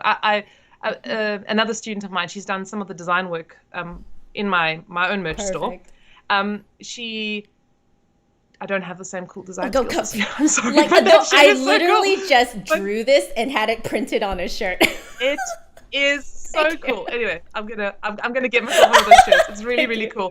But what I wanted to say was she did this design which was practice makes progress. And I think, I mean, I may have said it. She may have come up with it. Somebody else said that I said that the other day. I was like, did I? Because I remember reading it and thinking, man, that's cool. And funnily enough, when I originally read it, I went with the practice makes perfect, because that's what we're told, right? Practice makes perfect. Practice makes perfect. And then I looked back and I was like, wait, it's progress. And it was such a like, I really love that shift of not thinking of like perfection and everything has to be 100% correct, but rather, exactly. Rather just trying to build each day a little bit more, a little bit more. Exactly. Like, I think it's fair to expect that you learn something. Like, I think it's fair to expect that you got better, or you just like heightened your understanding of what you're doing or what you're doing wrong, right? Because sometimes I might sound relatively the same by the end of a practice session, but I have a much better understanding of what I'm doing wrong, right? And like, Absolutely. I have had to actually like say it out loud to myself on my practice streams. I have to say, it's okay for me to feel this way. And that I feel that like, it's okay to feel that I didn't actually sound better, but I learned something about myself. And I've had to literally like start training myself to think this way. But it is so much better because the next day it really does sound better. So absolutely. And I think, I mean, something I was thinking about actually earlier before coming into the stream, a little bit of a segue, but I love the fact that I love the fact that in your practice streams, I love the fact that you keep it so real. Thank you. I really do. Like, I just think, and it's something that I anyway fight with, and this is a whole nother conversation for another time, because I want to get back on point in a moment. But I think it's this thing of like, we're stopping to show the polished, perfect, wonderful, Instagrammable, Facebookable bits of our life and our practicing and our playing, and allowing ourselves, even as teachers, as educators, as performers, as musicians, to allow ourselves to actually be real and be like, no, you know what, when I sight read something, it sounds like my sight reading personally is not my strength. It's not the best thing I can do. There are people that can sight read super well. It's not my gift. That's me with anything ear training. I cannot do anything by ear to save my freaking life. I cannot do it. Yeah. And it's just like, actually, so what, you know? Anyway, I want to get to my second point, because actually this kind of ties in with that as well, with what you said. We didn't plan this, by the way. Yeah. I love into this, but it really does. But I think one of the things that I often tell my students to do, and it's something that I've also learned to kind of start doing, is obviously we're always looking for mistakes. We are definitely looking for mistakes, but to actually celebrate when we find mistakes. Yes. Because now you know it's there, and now you can fix it. And I think it's such a shift when you're not, because what tends to happen is that there's this loop of, you find a mistake, and then this whole cycle starts of, oh my goodness, I can't believe you're playing like this. What's the matter with you? How could you still be making this mistake? You've had this mistake for so long, or, you know, I can't believe you're doing this, and this whole negative cycle starts. And then we first have to kind of like get over ourselves and that whole nonsense that's going on there before we actually get to fixing the mistake. We're going to have to fix it anyway. Yeah. You know, so let's just cut that all out and actually get right into just fixing it and be grateful that you found it. Now you know. That's perfect. That I have had to like talk myself into doing that. Like it's so hard, but it is such a better, mentally much more healthy mindset, you know? Like, I think our brains are wired to just function better in a positive mindset. And, you know, when we're beating ourselves up, it just kind of makes everything worse, you know? So like, oh, I feel that.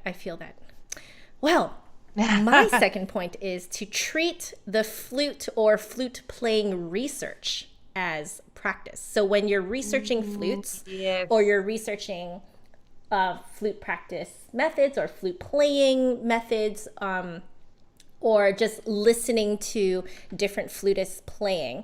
What I like, the reason why I have this as a tip is because I used to just tell my students, okay, here are some names of some flutists, and I would love for you to take a look at how they play and also listen to their sound.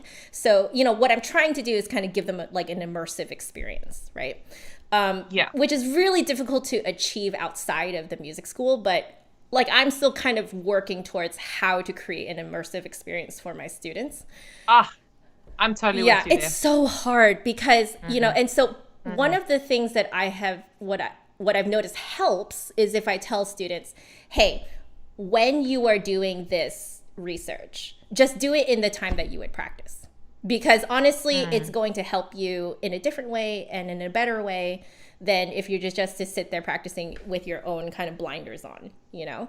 And like you would get a lot more done and you would learn a lot more just by listening and watching to these flutists. So don't take up extra time, just do the research and have fun with it and treat it as practicing. Because a lot of people think of it as extra. I certainly used to think of it that way. And it's made it so that I never got to doing it.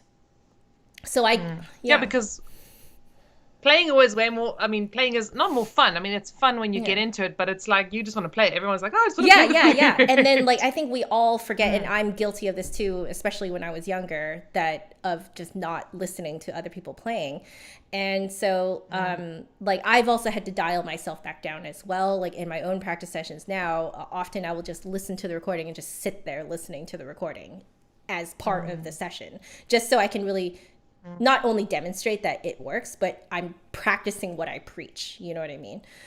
And Absolutely. like, it really is part of practicing, like when you're researching and when you're listening to other flutists. So yeah, don't treat it as an extra thing. It's part of the whole experience. I think like that's one of the areas that I, as a teacher, feel like I really want to, like you say, you know, how to make it more of an immersive thing. I think what I'm realizing is that, you know, we so often get stuck into flute playing and how to play the flute and how to get involved in all of that, which is super important. But I think for me, it's also been this like kind of realization, and at the beginning of this year, like looking over this year, and just realizing that I really am wanting to branch out into other areas of flute playing, and helping people to not flute playing, of music, and helping people to really understand the music and the musical language and what that's. I mean, I had the most amazing experience actually the other day of a student who she learned a piece, and she didn't really like the piece. She thought the piece was okay, it was pretty average, and she then we did a whole session, like a lesson on really diving into understanding the music and you know, the different parts of the music. And I'm very big with like trying to understand like conversation, because I don't know how you experience, but for me, music is a conversation. And by the end of the lesson, you know, she played it, and then she played it a couple of weeks later for me again, and her whole experience of this piece of music had completely transformed, where it became actually quite a deeply touching experience for her to play this piece, because she suddenly got the music. And it's really got me thinking, like, and I mean, I don't feel like I do that enough as a teacher, to really help students to grow their musical muscles, you know, grow their musical. So yeah, it's an interesting challenge, like how as a teacher to actually grow that part of my studio. It's hard because some people are very resistant to it. And they have their own very unique reasons why they're resistant to it. Like, no one has the same reason for being resistant towards, you know, doing some flute research or flutist research. And like, I have, this gets into a bit of psychology too, right? Because it gets into a bit of like, what happened that made them not want to do this, right?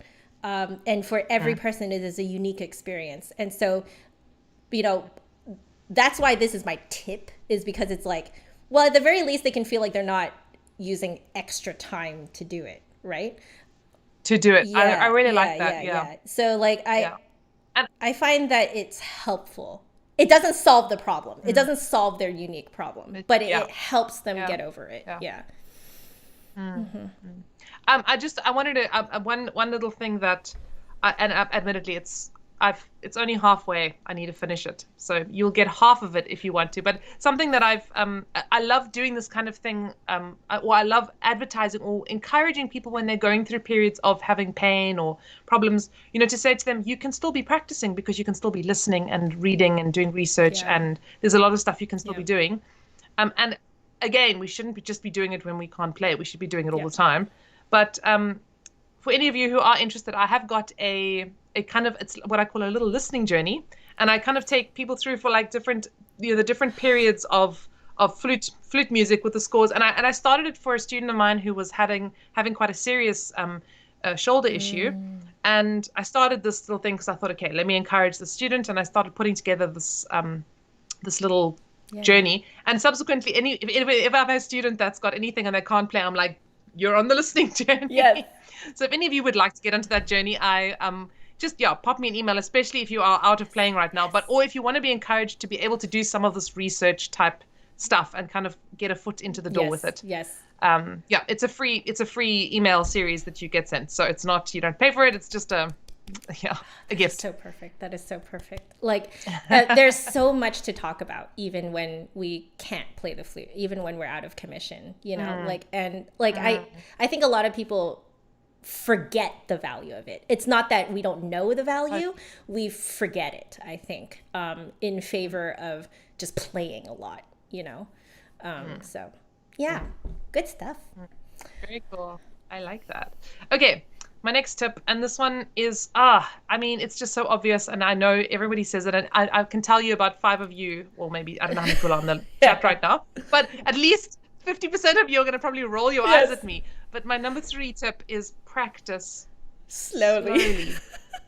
Please practice slowly.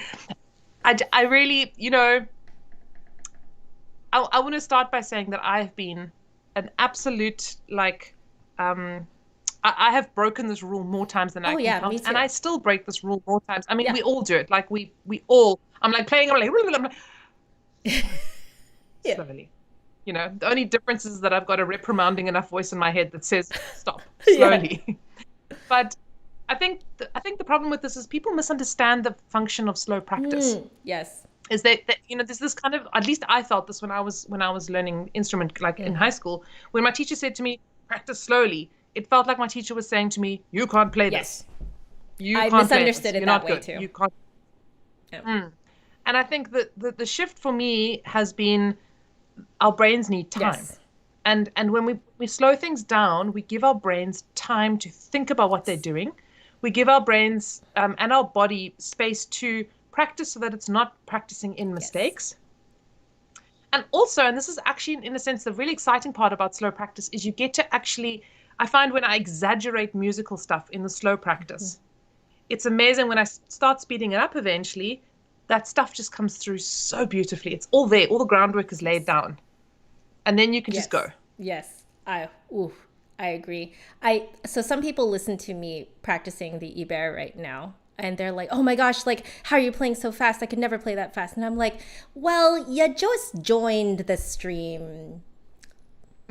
You know, like, I'm like, if you heard how I sounded a year ago playing this, it's actually insanely slow how I started it. Like, just because you're hearing me practice it super fast all the time right now, it doesn't mean I don't have this huge history of playing it insanely slow. Like, it was so slow to the point that I could not see the horizon at which I could play it as fast as Denis Boryakov. You know what I mean? Like, that horizon was not even there, you know? And like, because the part of the journey that people are seeing right now is me post slow practicing.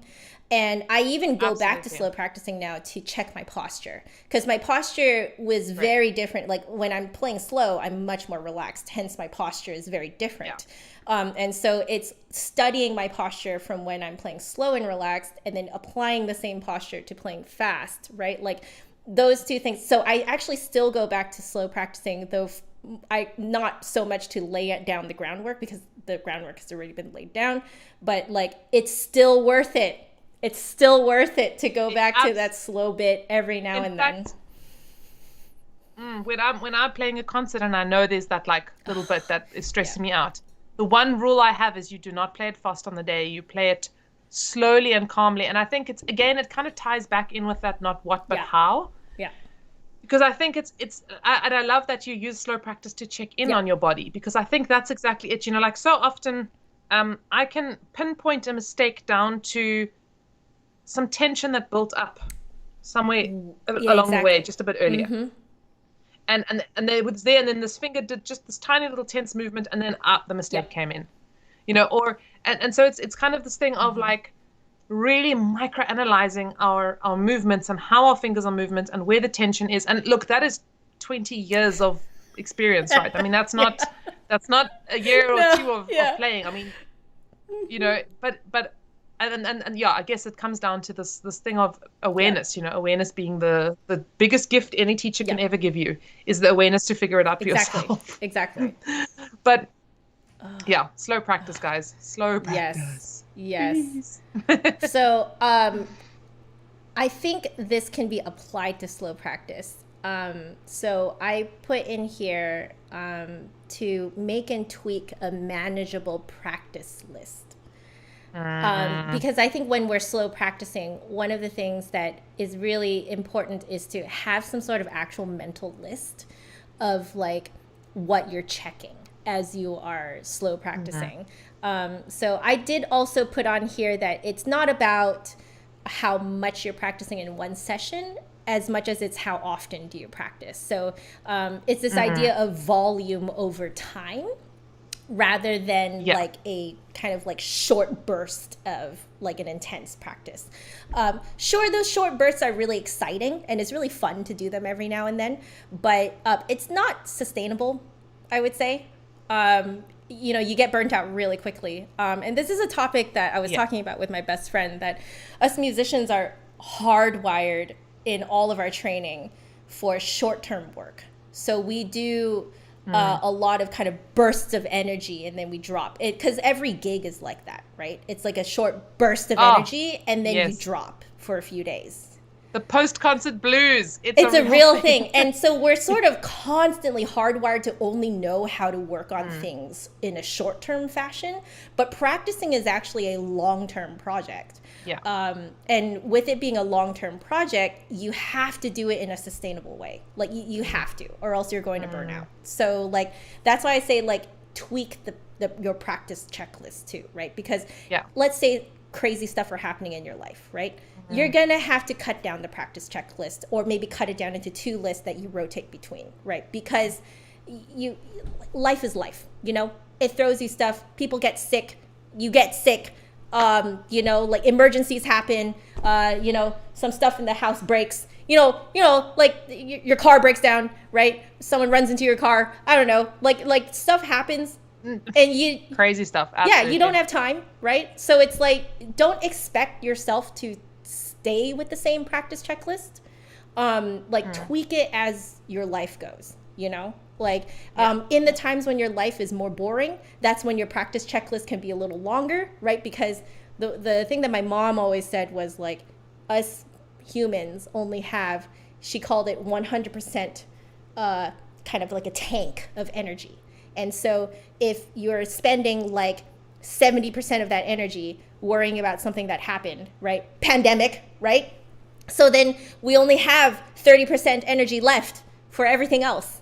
So like you kind of have to scale things according to how much energy you have to devote to it. And I've hung on to that ever since. Like my mom has told my brother and I this since we were children, you know, like she's basically telling us, manage your tank of energy, you know? I love that. Yes. And I, this point particularly, I think it really speaks to me. Like I'm like going through cycles at the moment of just trying to get back into my practicing. I've had a couple of like really, really, really crazy, crazy years where I've been able to practice for the necessary stuff and I sort of keep things going. But it's like that practicing for myself is something that I'm really like fighting to get back.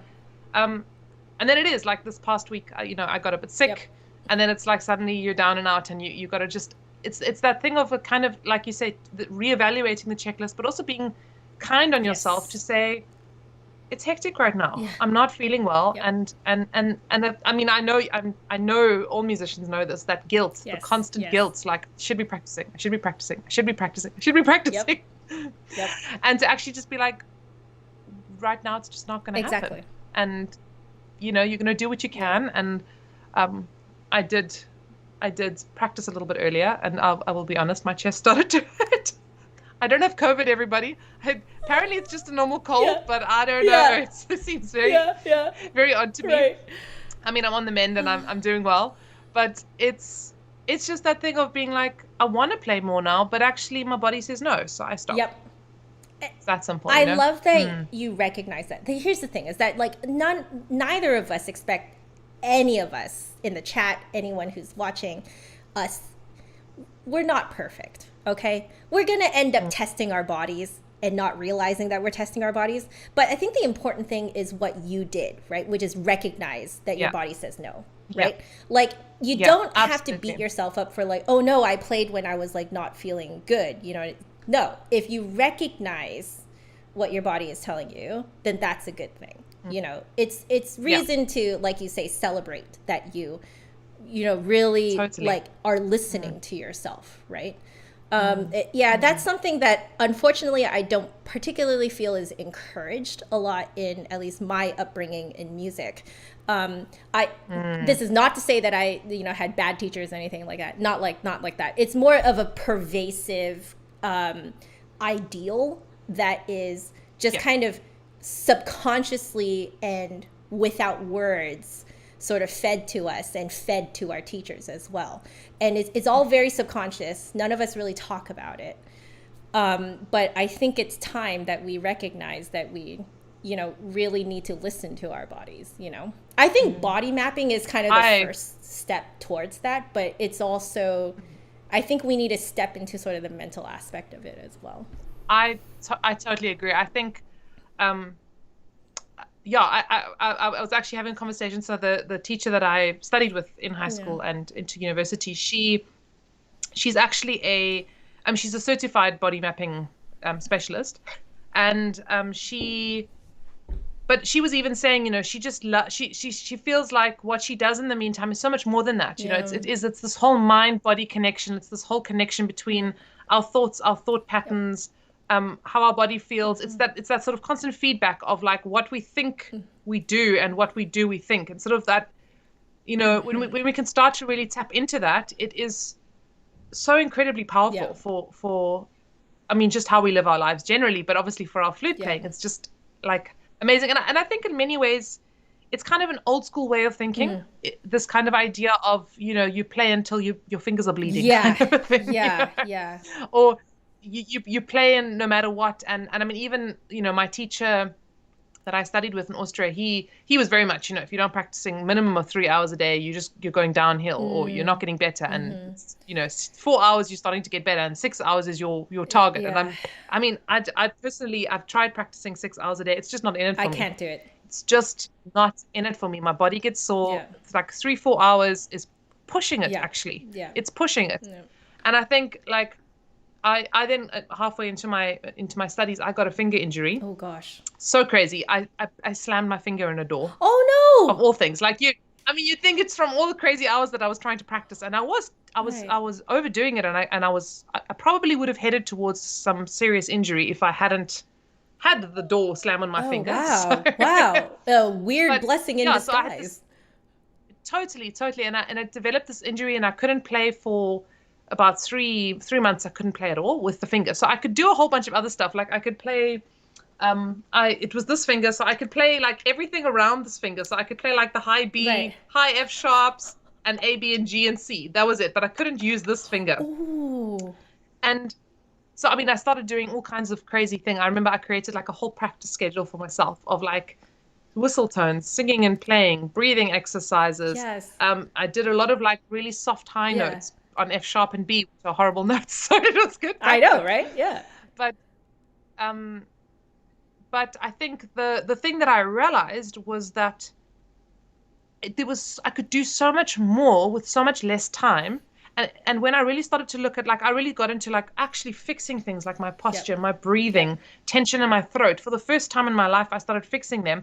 And in many ways, I actually think I surprised my teacher at the time, because I made more progress in that time than many of his other students who had been practicing the 6 hours and were able to do that. And oh, wow.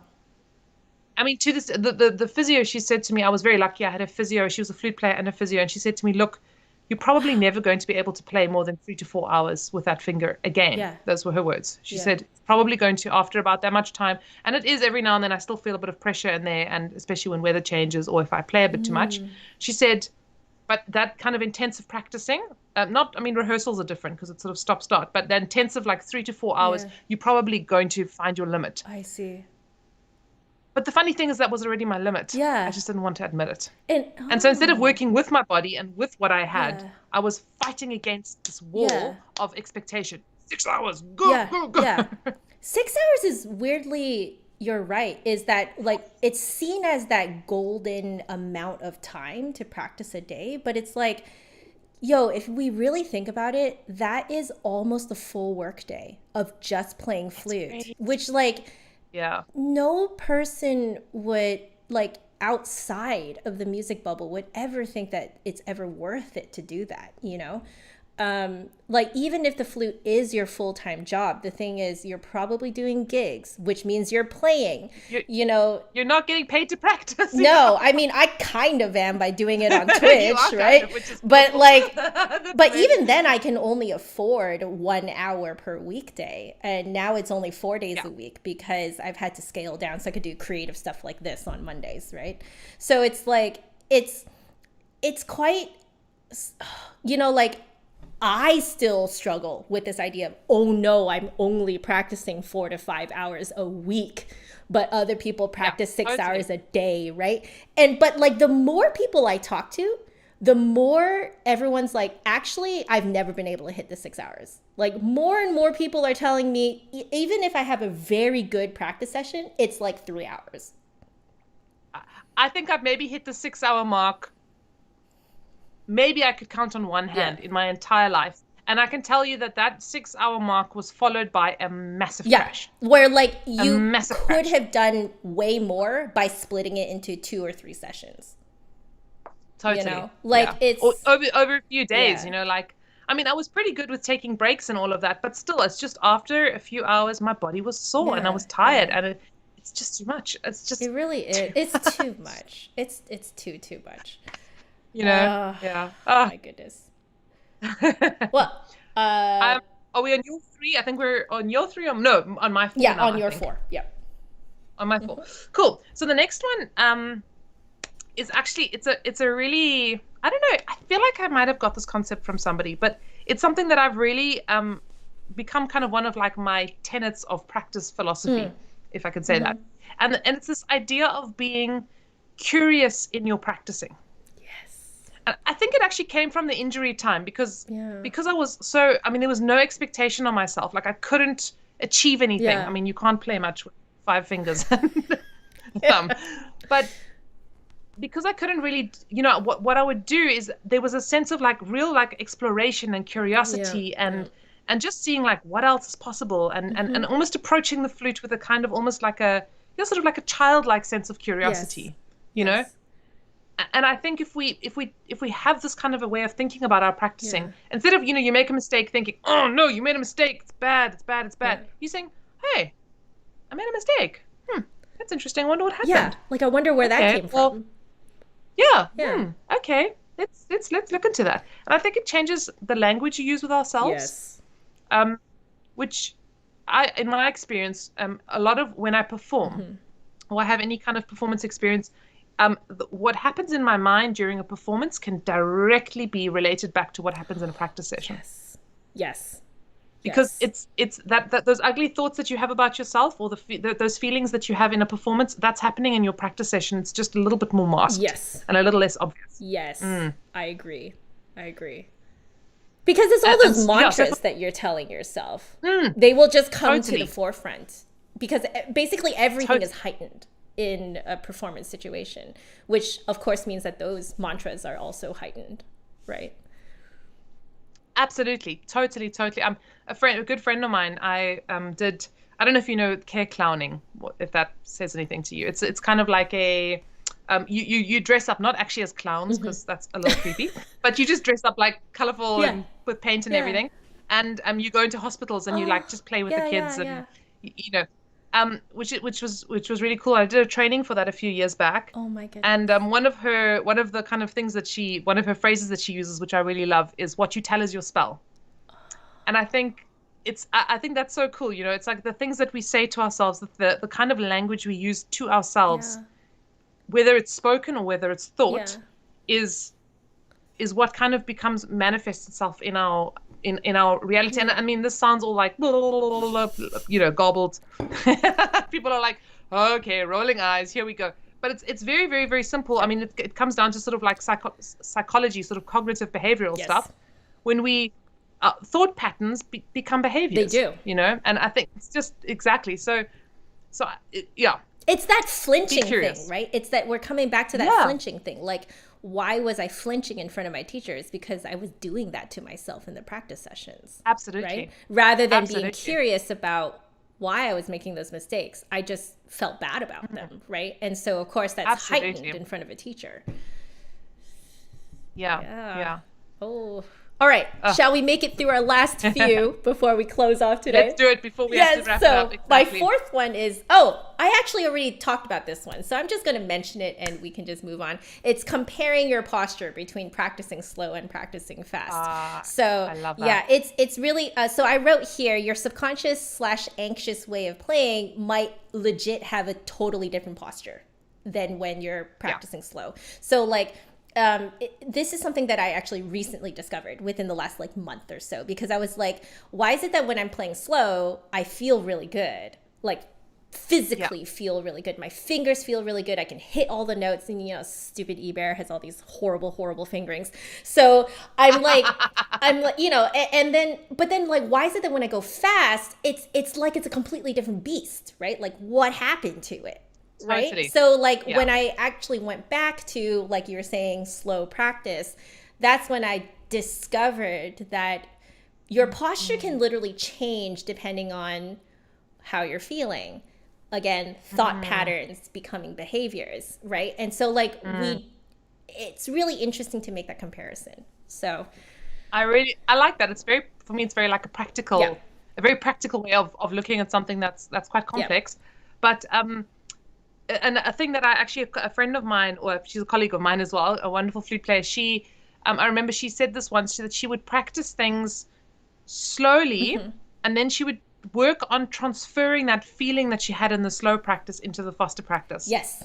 I thought that was a really, really nice perspective as well. That's actually how I discovered that my posture was different. Because I was like, what if I transferred this feeling over here? And I was like, wait a second, I'm holding the flute completely different. What's happening? Yeah. Oh, that's cool. That's really cool. All right, what's your last one? My number five. Actually something also that I've kind of recently been playing with, and I think it's, for me, been very powerful, but is always to go into practicing with a sense of joy, and actually putting the joy of practicing in front of you before you go. So I kind of started doing this thing where, I'd kind of be thinking, I've got to practice. And instead of allowing myself to go into that loop of, I've got to practice, I should practice, I go into think about how I feel when I'm playing. Yeah. Okay, and I'm thinking about even just playing like scales, and I'm feeling, the stress of the world disappears. And I mean, before this live stream, playing a few scales, I'm just feeling like, I'm feeling so much calmer. Yeah. So I kind of put that feeling of how I feel when I'm playing and the joy of it I put that in front of me first, and then I follow it. And I feel like it's much easier for me to actually get to my instrument, because it's no longer this obligation and this chore. And if I can't get that and I start playing and I still can't find that joy, then I know that's a really important cue for me to stop, because it's just not worth it. If I'm not feeling joy, then there's, like you say, the tank is obviously too empty somewhere. Something else is taking out that energy, and you need to stop, because it's not gonna help you. It's gonna hurt you. You might as well just relax with a cup of tea, listening to some flute music.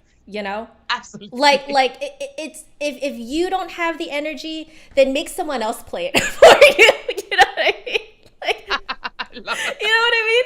Like it's just, I completely agree with you. It's not worth it. I have shown up to several practice streams where I was so tired that I was like, guys, we're just gonna chat, because I can't. And there's something, you have to put aside your pride so much to do that. And it's always a last minute decision, but I know when my body is saying no, and like, it literally takes practice to recognize that. And I think it's powerful that you do that. It's that thing of not, what is that? Do not as I say, but do as I do. That kind of a thing, and you're walking you're walking the path that you're asking other people to walk, essentially. And it is like, I have to admit, it is so hard. It is very, very hard to make yourself do it. But it's like, it's so rewarding, because you do feel better from not pushing yourself like that, And like, ultimately, when I come back to the flute, I do play better. And my chat actually tells me too, like, oh, hey, you're sounding better. Like, you're sounding a lot more relaxed, right? Oh, that's really cool. It's really cool to get that feedback, that immediate feedback of like, what you're doing is the right thing to do. So, all right, my last one, it's actually exactly this point, is to take regular fun breaks. So, so let's say we are practicing every day, right? So, what I like to model it against is like a fitness routine. So, a fitness routine, if you look at any good fitness routine, there are always active rest days. And they always call it this. So what they're saying is, don't sit around like a potato, but you can like go for a walk or go shopping pre-COVID, or like online shopping. Yeah. And then like you could do something that involves some sort of movement, right? Some people are like, oh, I'm gonna like paint the wall in my room or something. Like it's like something active, right? I started to think to myself, we really need to do this on the flute, because you can really lose sight of why you're doing what you're doing if you don't also have fun, right? One of the biggest sources of burnout for my students who have some sort, like who play the flute as a hobby, is that they accidentally turned the flute into just a chore, right? It's like just drills. It's just exercises. It's just etudes. It's just working on these pieces that I assign to them. And so I've actually started to tell people, hey, at least one day a week, just play for fun. You're not allowed to touch any of the stuff that we're working on. Like that day is the day that you just play whatever you want for fun. You just enjoy the sound of the flute. Play those Disney songs, play those movie soundtracks, play those like random pieces of music that you just print off online, right? Or you heard something, you try it out by ear, right? Or you just listen to flute music, and you just bask in flute land. You know what I mean? Like, isn't that what you were doing prior to getting into the flute, right? You were probably just basking in flute music and just wanting to play like that. But like, you have to revisit that. And I found that for myself, I neglected that for so long that I completely lost my passion for the flute for a long, long time, even though I turned this into a career. Lost it for, I think, at least 11 or 12 years or something like that. And it just became work. I can relate to that. Yeah, it just became work, And so like I'm even now, like I can say that I've regained my passion for the flute, but it's not like I've regained a little candle flame, right? It's not like a burning fireplace passion yet, right? Like I've regained the little flame on my little candle, and I'm working on that flame right now. And it's, but like regaining that flame it took a long time, like over a decade, like I lost it. And I don't want that for any of my students. So I always tell them, bask in flute playing. Bask in that, just the fun of it, for one day a week. You have to. You're not allowed to touch our practicing material for that one day. And I find that really helps. Like, just, it helps them come to lessons really excited, I find. Yeah. I totally agree. I think sometimes the saddest things I hear is when students are like, I'm so sorry, I was just playing these Disney pieces all week, or I'm so sorry, I was just playing on Tom Play the whole week. And I'm like, that's fabulous. Go play, have fun. I know. Like, why are you doing this? I that's the pet. We're coming back to the first thing that we talked about. The first pet peeve is they start these things with "I'm sorry, but," right? Yeah. And I'm always like, why though? Isn't this the reason why you started playing the flute, right? Like, you don't have to be sorry. In fact, I celebrate that, right? So, are you all right? Absolutely. You doing all right? Yeah, I'm sorry. Every now and then. We have been talking for 2 hours, so. We have. That is actually a pretty great place to stop. I think it's yeah, good. can you tell people a little bit more, like right before we sign off, again, just for people who have just joined, please let people know about the Hangout next week, and also just kind of like what your whole channel is about, what they can expect to find on your channel, the Flute Practice. Cool. Absolutely. So for those of you who joined today's session, or for those of you who enjoyed today's session, you can join us next Monday, same time. So we're going to be doing it at 1 p.m. Eastern time, or I think 10 a.m. Pacific time. We are going to be meeting on Zoom with a whole community of people. So it's a live interaction. So you guys get to actually be a bit of part of this conversation that we're having, and interact with us live. It is a paid space, so you pay $10 to be a part of that space. There's a PayPal link you can sign up, or you can also join if you would like to join my Patreon page, or for patrons who are already patrons, this might be a nice month to upgrade, even just for the month, to join the space. Yeah, just I think one of the big things, and this kind of segues into what the flute practice is all about. The big thing that we are all about is building a community of flute players that are really supporting each other and encouraging each other on their flute learning journeys. And my channel is really all about giving you guys materials, resources, and support in that journey. And we do this on the YouTube channel. So there I have the videos which are free for all of you guys. But also I have a lot more in-depth content on my Patreon page where we do like every year, or in the year, we do several kind of courses. And we're just about to start a new course coming up now at the end of March, which is called Letting Go, which Jonah, we're going to be setting off next week in the Hangout. We're going to kind of be launching that guy.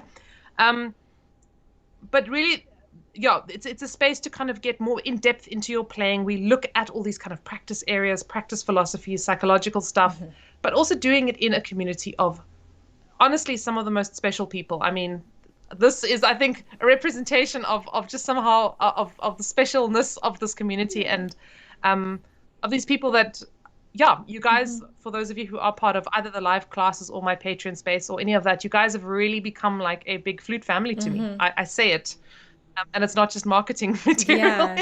You guys really are for me like an amazing flute family.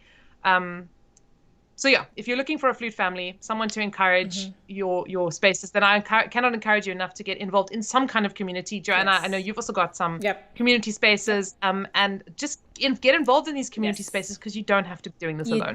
You don't, guys. Like, I think both Tatiana and I want to create a supportive space for everyone. I think too much, we discussed this as well in the flute world, because our stereotype is to be divas.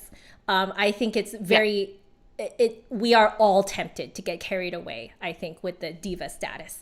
And what we're trying to do is kind of reel us all back in, including ourselves, and really realize that we really need to be a community so that we can thrive. Because that's how humans thrive, is through community. So that's what we're all about, guys. And I'm really excited to see how our platforms and our channels and our communities, how we can interact more in future, and carry on growing as an even larger big flute family and community. That's what we want. It's very exciting. So thank you again, Tatiana, for joining us today. We will say our goodbyes for now. Love you all so very much, and we'll see you guys the next time we do this, or next week. Bye, everybody. Bye, everyone. Yeah, and next week. Yes. Bye-bye. Bye, everyone.